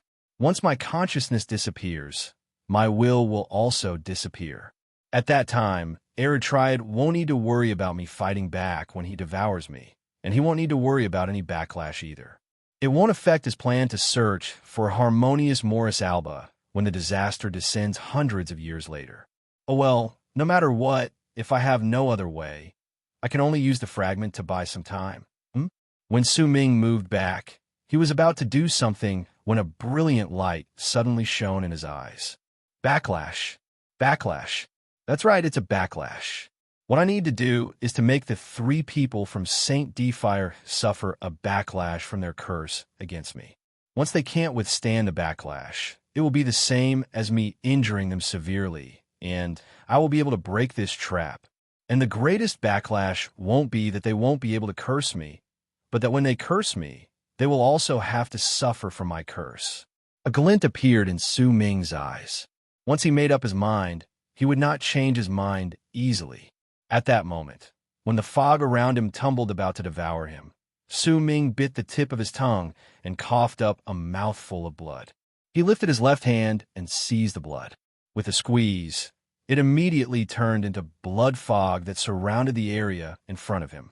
At the same time, Su Ming swung his right hand, and the supreme treasure on the ring flew out. At that moment, it was not the time for him to grieve over the loss of his enchanted treasure. It was connected to one of the people from St. Fire. Even though Su Ming had wiped off that connection, he still had the art of time. He pointed at the ring with his right hand, and the power of time instantly gathered on the ring, reversing the flow of time to the past, when the ring still belonged to Fei Hua. All of this might have seemed to have happened over a long period of time, but in truth, to Su Ming, it only lasted for an instant. At the instant Fei Hua's presence spread out from the ring, Su Ming pressed his left hand against it. Arid Curse. With the power of Curse Arid Triad, he would curse one of the people from St. Fire. Then, with the connection between his deity and the other 2 people from St. Fire, he would curse the other 2 people. The 5-sign physical books for the day were Caterpillar with wings, Wind and Rain in the Setting Sun, Fading Wind and Clouds, Egg, and Summer's Owl of the 9th day. This one is a girl. They would be mailed out next week. Tomorrow, there would be 5 physical books, and a handheld game console, PSP, would be sent out. If they paid attention to it, they would have a chance. After all, they did not need to spend any money or time on it. If they paid attention to it, they might even get a prize, so why not? Chapter 1443. Su Ming's arid curse originated from the Berserkers, and he had gained an epiphany from Ugly Little Thing's father. He was clearly immortal, but he had created an extraordinary blessing. Then, Su Ming obtained the ring that represented the curse from Madame G's body. When all of these things fused together, Su Ming's understanding of the curse reached perfection. It was especially so for his change of heart in the past. He had used the art of weaving grass ropes as puppets to resolve it and remember it. It could be said that the curse had accompanied Su Ming his entire life. When he became an antecedental spirit, he gathered all his understanding of the curse together and created the arid curse. Su Ming had only executed this strange art that could curse Arid Triad in the past in front of the old man from Heavenly Spirit Tribe. Before he could complete it, the old man's expression had already changed. In fact, it had even stirred up the sleeping Arid Triad, causing his real body to show signs of waking up ahead of schedule. After all, it did not matter whether it was the young man formed by Arid Triad in the flesh tunnel or the person under the tree in the capital planet of the Emperor of Abyss True World. They were in truth just the manifestation of Arid Triad's will. They were Arid Triad, but they were also not Arid Triad. They were, because they were indeed the manifestation of Arid Triad's will, and the strength of his will was not that much weaker than the awakened Arid Triad. They were not, because they were the will left behind by the sleeping Arid Triad before he woke up. There was only one use for that will, and that was to destroy all existences that posed a threat to him. Su Ming's arid curse in the past had actually caused Arid Triad's real body to show signs of waking up. It might have been impossible for it to make Arid Triad's sleeping real body wake up, but the fact that it could do so was enough to show just how strong Su Ming's arid curse was. At that time, Su Ming had just become an antecedental spirit, but now he had become the strongest in his aeon. The increase in his level of cultivation and his will was difficult to describe in detail. He could only describe it as the difference between heaven and earth. Naturally, when Su Ming cast the arid curse at that moment, the effects were much stronger than when he had cast it in the past. As Su Ming's words echoed in the air and he lifted his right hand, he struck the ring. Before Su Ming had become a spirit, this ring was the strongest treasure he had obtained, but now he had to use this item to break out of his predicament. To Su Ming, this stirred up a killing intent that he absolutely could not tolerate. He lifted his right hand and drew an arc in the air, causing the fog in the area to churn. As the rumbling sound spread out, his right hand moved like lightning to touch the ring. The ring suddenly trembled, and a faint cracking sound instantly rang out. A large number of cracks appeared on the ring, and they spread rapidly until they covered the entire ring. Then, a cracking sound rang out. The ring shattered right before Su Ming's face the instant he struck it with his right hand. The shattering of the ring turned into dozens of shards. They spread out in all directions. From the distance, they were still in a circle, but they were a circle that was continuously expanding. When the ring shattered, threads that could not be seen by others but could be clearly seen by the young man formed by arid triads will spread out from Su Ming's body at the instant the ring shattered. The young man formed by arid triads might have been hidden in the fog, but to him, it was as if the fog was transparent. He could clearly see Su Ming throwing out a ring. As he hesitated, Su Ming crushed the ring with his right hand. Then, from all the pores on his body, 36,000-something threads of aura instantly spread out. This scene caused the pupils of the young man formed by arid triad to shrink. A sense of danger instantly rose in his heart. He was in danger to Su Ming, but Su Ming was also in danger to him, or else it would have been impossible for him to have spent so much effort to use the chance to set up a killing trap. The young man formed by arid triad moved. He was about to take action, but he was still a step too late. 36,000 wisps of air instantly spread out from Su Ming's body. No one could see them. Once they rushed out in an invisible manner, they gathered on Su Ming's right hand and started weaving with each other out of thin air. When describing this scene, it was inevitable that it would take a long time, but in truth, it happened in the blink of an eye. The 36,000 wisps of air finished weaving and turned into a doll in front of Su Ming's right hand. It had the body of a snake, but it had 5 heads. One of the heads was a python hissing with a red tongue. One was a tiger with the word king on its forehead. One was a wolf's head filled with greed. One was an incomparably black dragon's head, and the one at the center had the distorted face of a boy. The doll weave based on Su Ming's curse was the 5-faced beast deity Su Ming had fought against indirectly in the past. This was a peerless, ferocious beast that had once commanded the wind and clouds in Arid Triad, and only Arid Triad could seal and destroy it. At that moment, Su Ming used his right hand to reveal it in the form of a doll. Once he revealed it, Su Ming pointed at the circle formed when the ring shattered and spread out. With this, the 5 heads of the 5-faced beast deity shook violently, as if they had come back to life. They raised their heads in unison and let out an earth-shattering roar towards the sky. They charged straight into the circle formed by the shattered rings in front of them. In an instant, they charged into it, leaving behind a long trail made up of countless threads. It was as if there was an invisible exit in the circle, and the 5-faced beast deity was going to charge out from this exit. Yet at that moment, the young man formed by Arid Triad moved through the fog and instantly appeared in front of Su Ming. This was the first time he fought against Su Ming head-on. It was unlike the first time when he had spoken fiercely under the tree, and it was also unlike when he had sealed off the area in the flesh and blood barrier and did not fight against Su Ming head-on. Yet now, for the first time, when he appeared in front of Su Ming, a freezing glare shone in his eyes, and a supreme, mighty pressure erupted from his body. It seemed to have caused the tunnel to tremble, as well as the 360 expanse cosmoses in Dark Dawn and Saint D fire beyond the tunnel. The four great true worlds shuddered as well. Even the true world belonging to Su Ming felt as if it was being oppressed at that moment. This was Arid Triad's power. At the instant his presence erupted, the young man appeared in front of Su Ming. He lifted his right hand, but he did not grab Su Ming. Instead, he grabbed the five-faced beast deity doll in front of Su Ming. By the looks of it, the five-faced beast deity could not dodge. If the young man touched it, the doll would immediately shatter. Yet similarly, the young man's expression was incredibly solemn. Clearly, the power of Su Ming's curse was gathered in the doll, and even his pupils shrank.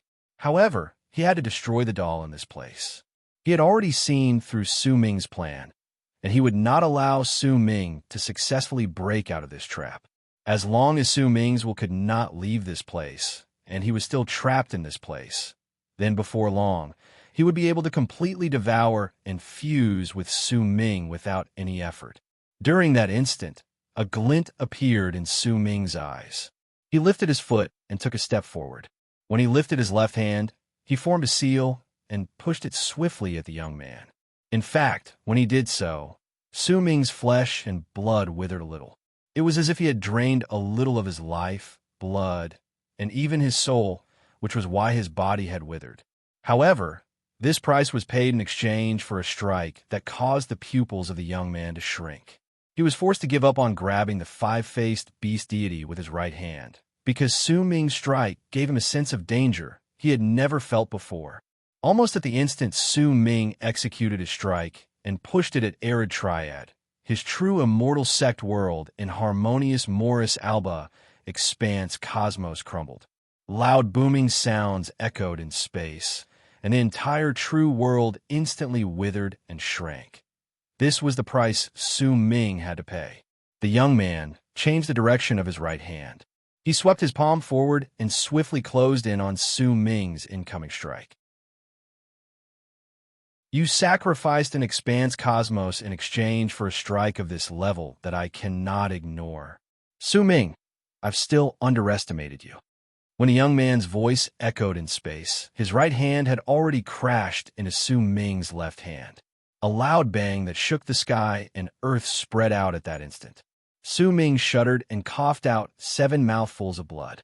He staggered backwards, and with each step he took backwards, a large amount of pink fog would immediately seep into his body, causing a strange shade of pink to appear on his skin. With each mouthful of blood he coughed up, a hint of confusion and struggle would appear in Su Ming's eyes. After coughing up 7 mouthfuls of blood, Su Ming lifted his head. Once the young man touched Su Ming's strike that could wither an expanse cosmos, his body instantly disintegrated, but once he did so, he gathered together once more. He gathered together 7 times in a row, and when he did so for the 8th time, he approached the wall of the flesh tunnel. When all the fog in the area was pushed in all directions, he stopped moving. When he lifted his head, his face was slightly pale. When Su Ming saw this, his pupils shrank in a barely noticeable manner. The two of them might seem to be evenly matched, but in truth, Arid Triad had split up a portion of his will to seal the flesh tunnel, or else when the two of them crashed into each other just then, the flesh tunnel would have definitely shattered. Su Ming, what a man! As he spoke, he moved forward in charge at the five-faced beast deity, which was about to rush into the circle formed by the shattered ring. But before me, it won't be able to do anything. You were sealed by this person in the past. You and I were never enemies, and neither will we become enemies. With the body of doll, I gathered all of your resentment and used the arid curse to give you a chance to reconstruct your body. If you still can't rush out, then your body and soul are bound to be destroyed. If you give it your all and rush out, I promise you that when I do not die, you will also not die. Su Ming knew that if he wanted to cast the arid curse in front of Arid Triad to rush out of the flesh tunnel and cause the 3 people from Saint D fire to retaliate against him, he would have to focus on Arid Triad. And he only had one chance. That was why Su Ming chose to use the curse to gather together the will of the five-faced beast deity he had seen before. My flight was delayed, and I was stuck in the airport for 8 hours. I originally intended to return home at 9 and continue writing my second chapter, but I simply did not want to miss any updates. Every single time I missed one, I would feel guilty when I saw the comments in the book review section. This is a force majeure. I'm still in the airport, and I wrote this chapter in the airport. I wrote it for 4 hours. Today's lucky draw will also be moved to tomorrow. I don't understand why I'm giving away free items. As long as I follow the forum, I'll have a chance. It doesn't cost me any money, and it doesn't take much effort either. Why shouldn't I follow the forum?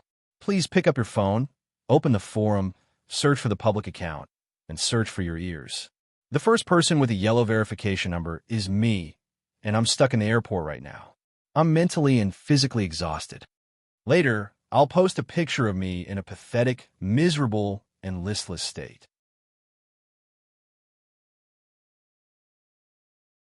Chapter 1444. Because the five-faced beast deity had refused to submit to the world in the past and did not respect Erytriad. With the momentum of looking down on the world, it had gained its own supreme might and swept through the universe. It could be said to have been invincible for a period of time. That invincible confidence had gathered on the body of the former five-faced beast deity, causing it to stand at the top of the galaxy and challenge Erytriad. But it had lost. But even though it had lost, even though its physical body had been torn to shreds, and even though its soul had been destroyed and sealed in space, its fighting spirit and unwillingness to admit defeat remained in the world for an eternity. That was why the five-faced beast deity cult had appeared and why its descendants worshipped it. In fact, they longed to fuse with its resentment and soul fragments. It was easy to imagine just how mighty and flamboyant the five-faced beast deity had been in the universe. With the curse, Su Ming had gathered together the five-faced beast deity's soul fragments in space, and with its will as the threads to form its physical body, it could be said that this was the first time the five-faced beast deity had truly descended into the world after it died in the past. If the cultivators of the five-faced beast deity cult from the eons of the past saw this, they would definitely be shocked. They would immediately become incredibly zealous towards Su Ming, because the five-faced beast deity shadow they gathered together could not compare to the beast deity Su Ming had manifested with the curse. One was an illusion, and the other was real. One could only be guided by his will, and the other was the complete will of the former five-faced beast deity. As Su Ming's words echoed in space, the five-faced beast deity puppet formed by countless threads shuddered. It threw its head back and let out a roar that shook the entire area. It caused the flesh tunnel to tremble, and even the galaxies of Dark Dawn and Saint D-Fire beyond the tunnel to tremble. There was an endless amount of ancient air in that roar, along with a resolve towards the heavens, the earth, and all lives. There was also a strong and indescribable unwillingness to admit defeat and madness. It was as if it still longed for its former life and still had the resentment and fighting spirit that had accumulated over countless years towards its defeat against Erytriad. It was unwilling to die. Over the years, after its soul was destroyed, it had let out a soundless roar that echoed through the universe more than once. There was only one sentence in its roar. If only I had another chance. Give it another chance. Su Ming could not hear those words, and neither could anyone else, but they had been echoing in the universe for countless years and eons, and at that moment, Su Ming gave it that chance. As the roars echoed in the air and the entire universe trembled, Erytriad's expression changed drastically for the second time. The first change was because of Su Ming, and the second was because of the five-faced beast deity. The instant the five-faced beast deity's roar spread out in all directions, the five heads of the beast deity suddenly became ferocious and crazed. Its 10 eyes shone with an unprecedented light. At the same time, a gigantic illusory figure appeared around its body. That illusory figure was rapidly becoming corporeal, as if it wouldn't be long before it would take on the form of the five-faced beast deity, the body that could shake the heavens and earth. Almost at the instant the five-faced beast deity roared, an illusory figure appeared around its body. With an indescribable speed, it charged towards the gigantic circle formed by the fragments of the ring once it shattered. A sense of danger rose in Arid Triad's heart. The killing trap Su Ming had set up to devour him was about to be broken. At that moment, he rushed towards the five-faced beast deity to stop it from leaving. As for Su Ming, he was in another direction. He also used his fastest speed to stop Arid Triad from attacking, so that the five-faced beast deity could rush out of the flesh tunnel in one piece. All of this seemed to have happened over a long period of time, but in truth, it happened in the blink of an eye. As Arid Triad closed in and a small part of the five-faced beast deity's body entered the circle formed by the fragments, it seemed to contain another expanse cosmos. When the five-faced beast deity entered the circle, it felt as if it had entered a mirror. "You can't leave." A glint appeared in Arid Triad's eyes, and a powerful light erupted from his body. Under it, his body was instantly submerged by the light, and it turned into a huge palm that charged forward to seize the five-faced beast deity. A freezing glare shone in Su Ming's eyes. He could not let Arid Triad stop the five-faced beast deity. This concerned Su Ming's survival, even though he could use the power of Harmonious Morris Alba's wing fragment to flee while Arid Triad stopped the five-faced beast deity. Doing so might seem like the right thing to do, but Su Ming did not want to. He did not want to flee. He did not want to use the five-faced beast deity, and even more so, his dignity would not allow him to do so. Why did he have to flee? He wanted to break Arid Triad's trap in a dignified manner, and the one who had to flee was not Su Ming, but Arid Triad. That was why the thought of bringing out Harmonious Morris Alba's wing fragment had only appeared in Su Ming's mind before he immediately cast it aside. With a cold harumph, he gathered his will, his soul, and all of his cultivation base together to form a sword that could shock the heavens. That sword was the strongest strike Su Ming had executed in his life when he fought against the black-robed young man with the art of time. With it, Su Ming gave the young man, Arid Triad, two choices. The first choice was to give up on stopping the five-faced beast deity from leaving and fight against him. The second choice was to not give up on stopping the five-faced beast deity. But if he did so, he would have to suffer from Su Ming's attack. In truth, while it might seem like he had two choices to Arid Triad, it was just one. When a rampaging presence erupted from Su Ming's body and turned into his strongest attack to charge at Arid Triad, a hint of conflict appeared in the eyes of the young man, Arid Triad. But it only lasted for an instant before it turned into determination. He believed that he could withstand Su Ming's strike. He believed that the five-faced beast deity would not be able to escape from his palm strike. Due to this confidence, the young man formed by Arid Triad immediately made his decision. He gritted his teeth and did not dodge Su Ming's strongest attack. He simply allowed the illusory sword formed by all of Su Ming's life to close in on him. The young man, Arid Triad, did not even cast a glance at it. The huge palm he had turned into charged at the five-faced beast deity. In an instant, the palm formed by Arid Triad pressed down on the five-faced beast deity, whose body had already entered the circle of fragments. Booming sounds instantly shook the sky and earth. They reverberated through the entire flesh tunnel, and Arid Triad's low roar echoed in the air. Shatter! At the same time, the strongest sword formed by Su Ming's life, will, and soul closed in on the five-faced beast deity at almost the same time. It stabbed the palm formed by Arid Triad, and the booming sound overlapped with the previous one. An even stronger wave of sound erupted, shaking the fog in the area so much that it tumbled backwards. The flesh tunnel shuddered, and a large number of cracks appeared in the area. The five-faced beast deity let out an incredibly shrill roar. Its body shuddered violently at that instant. The palm from Arid Triad contained a power that could destroy all lives.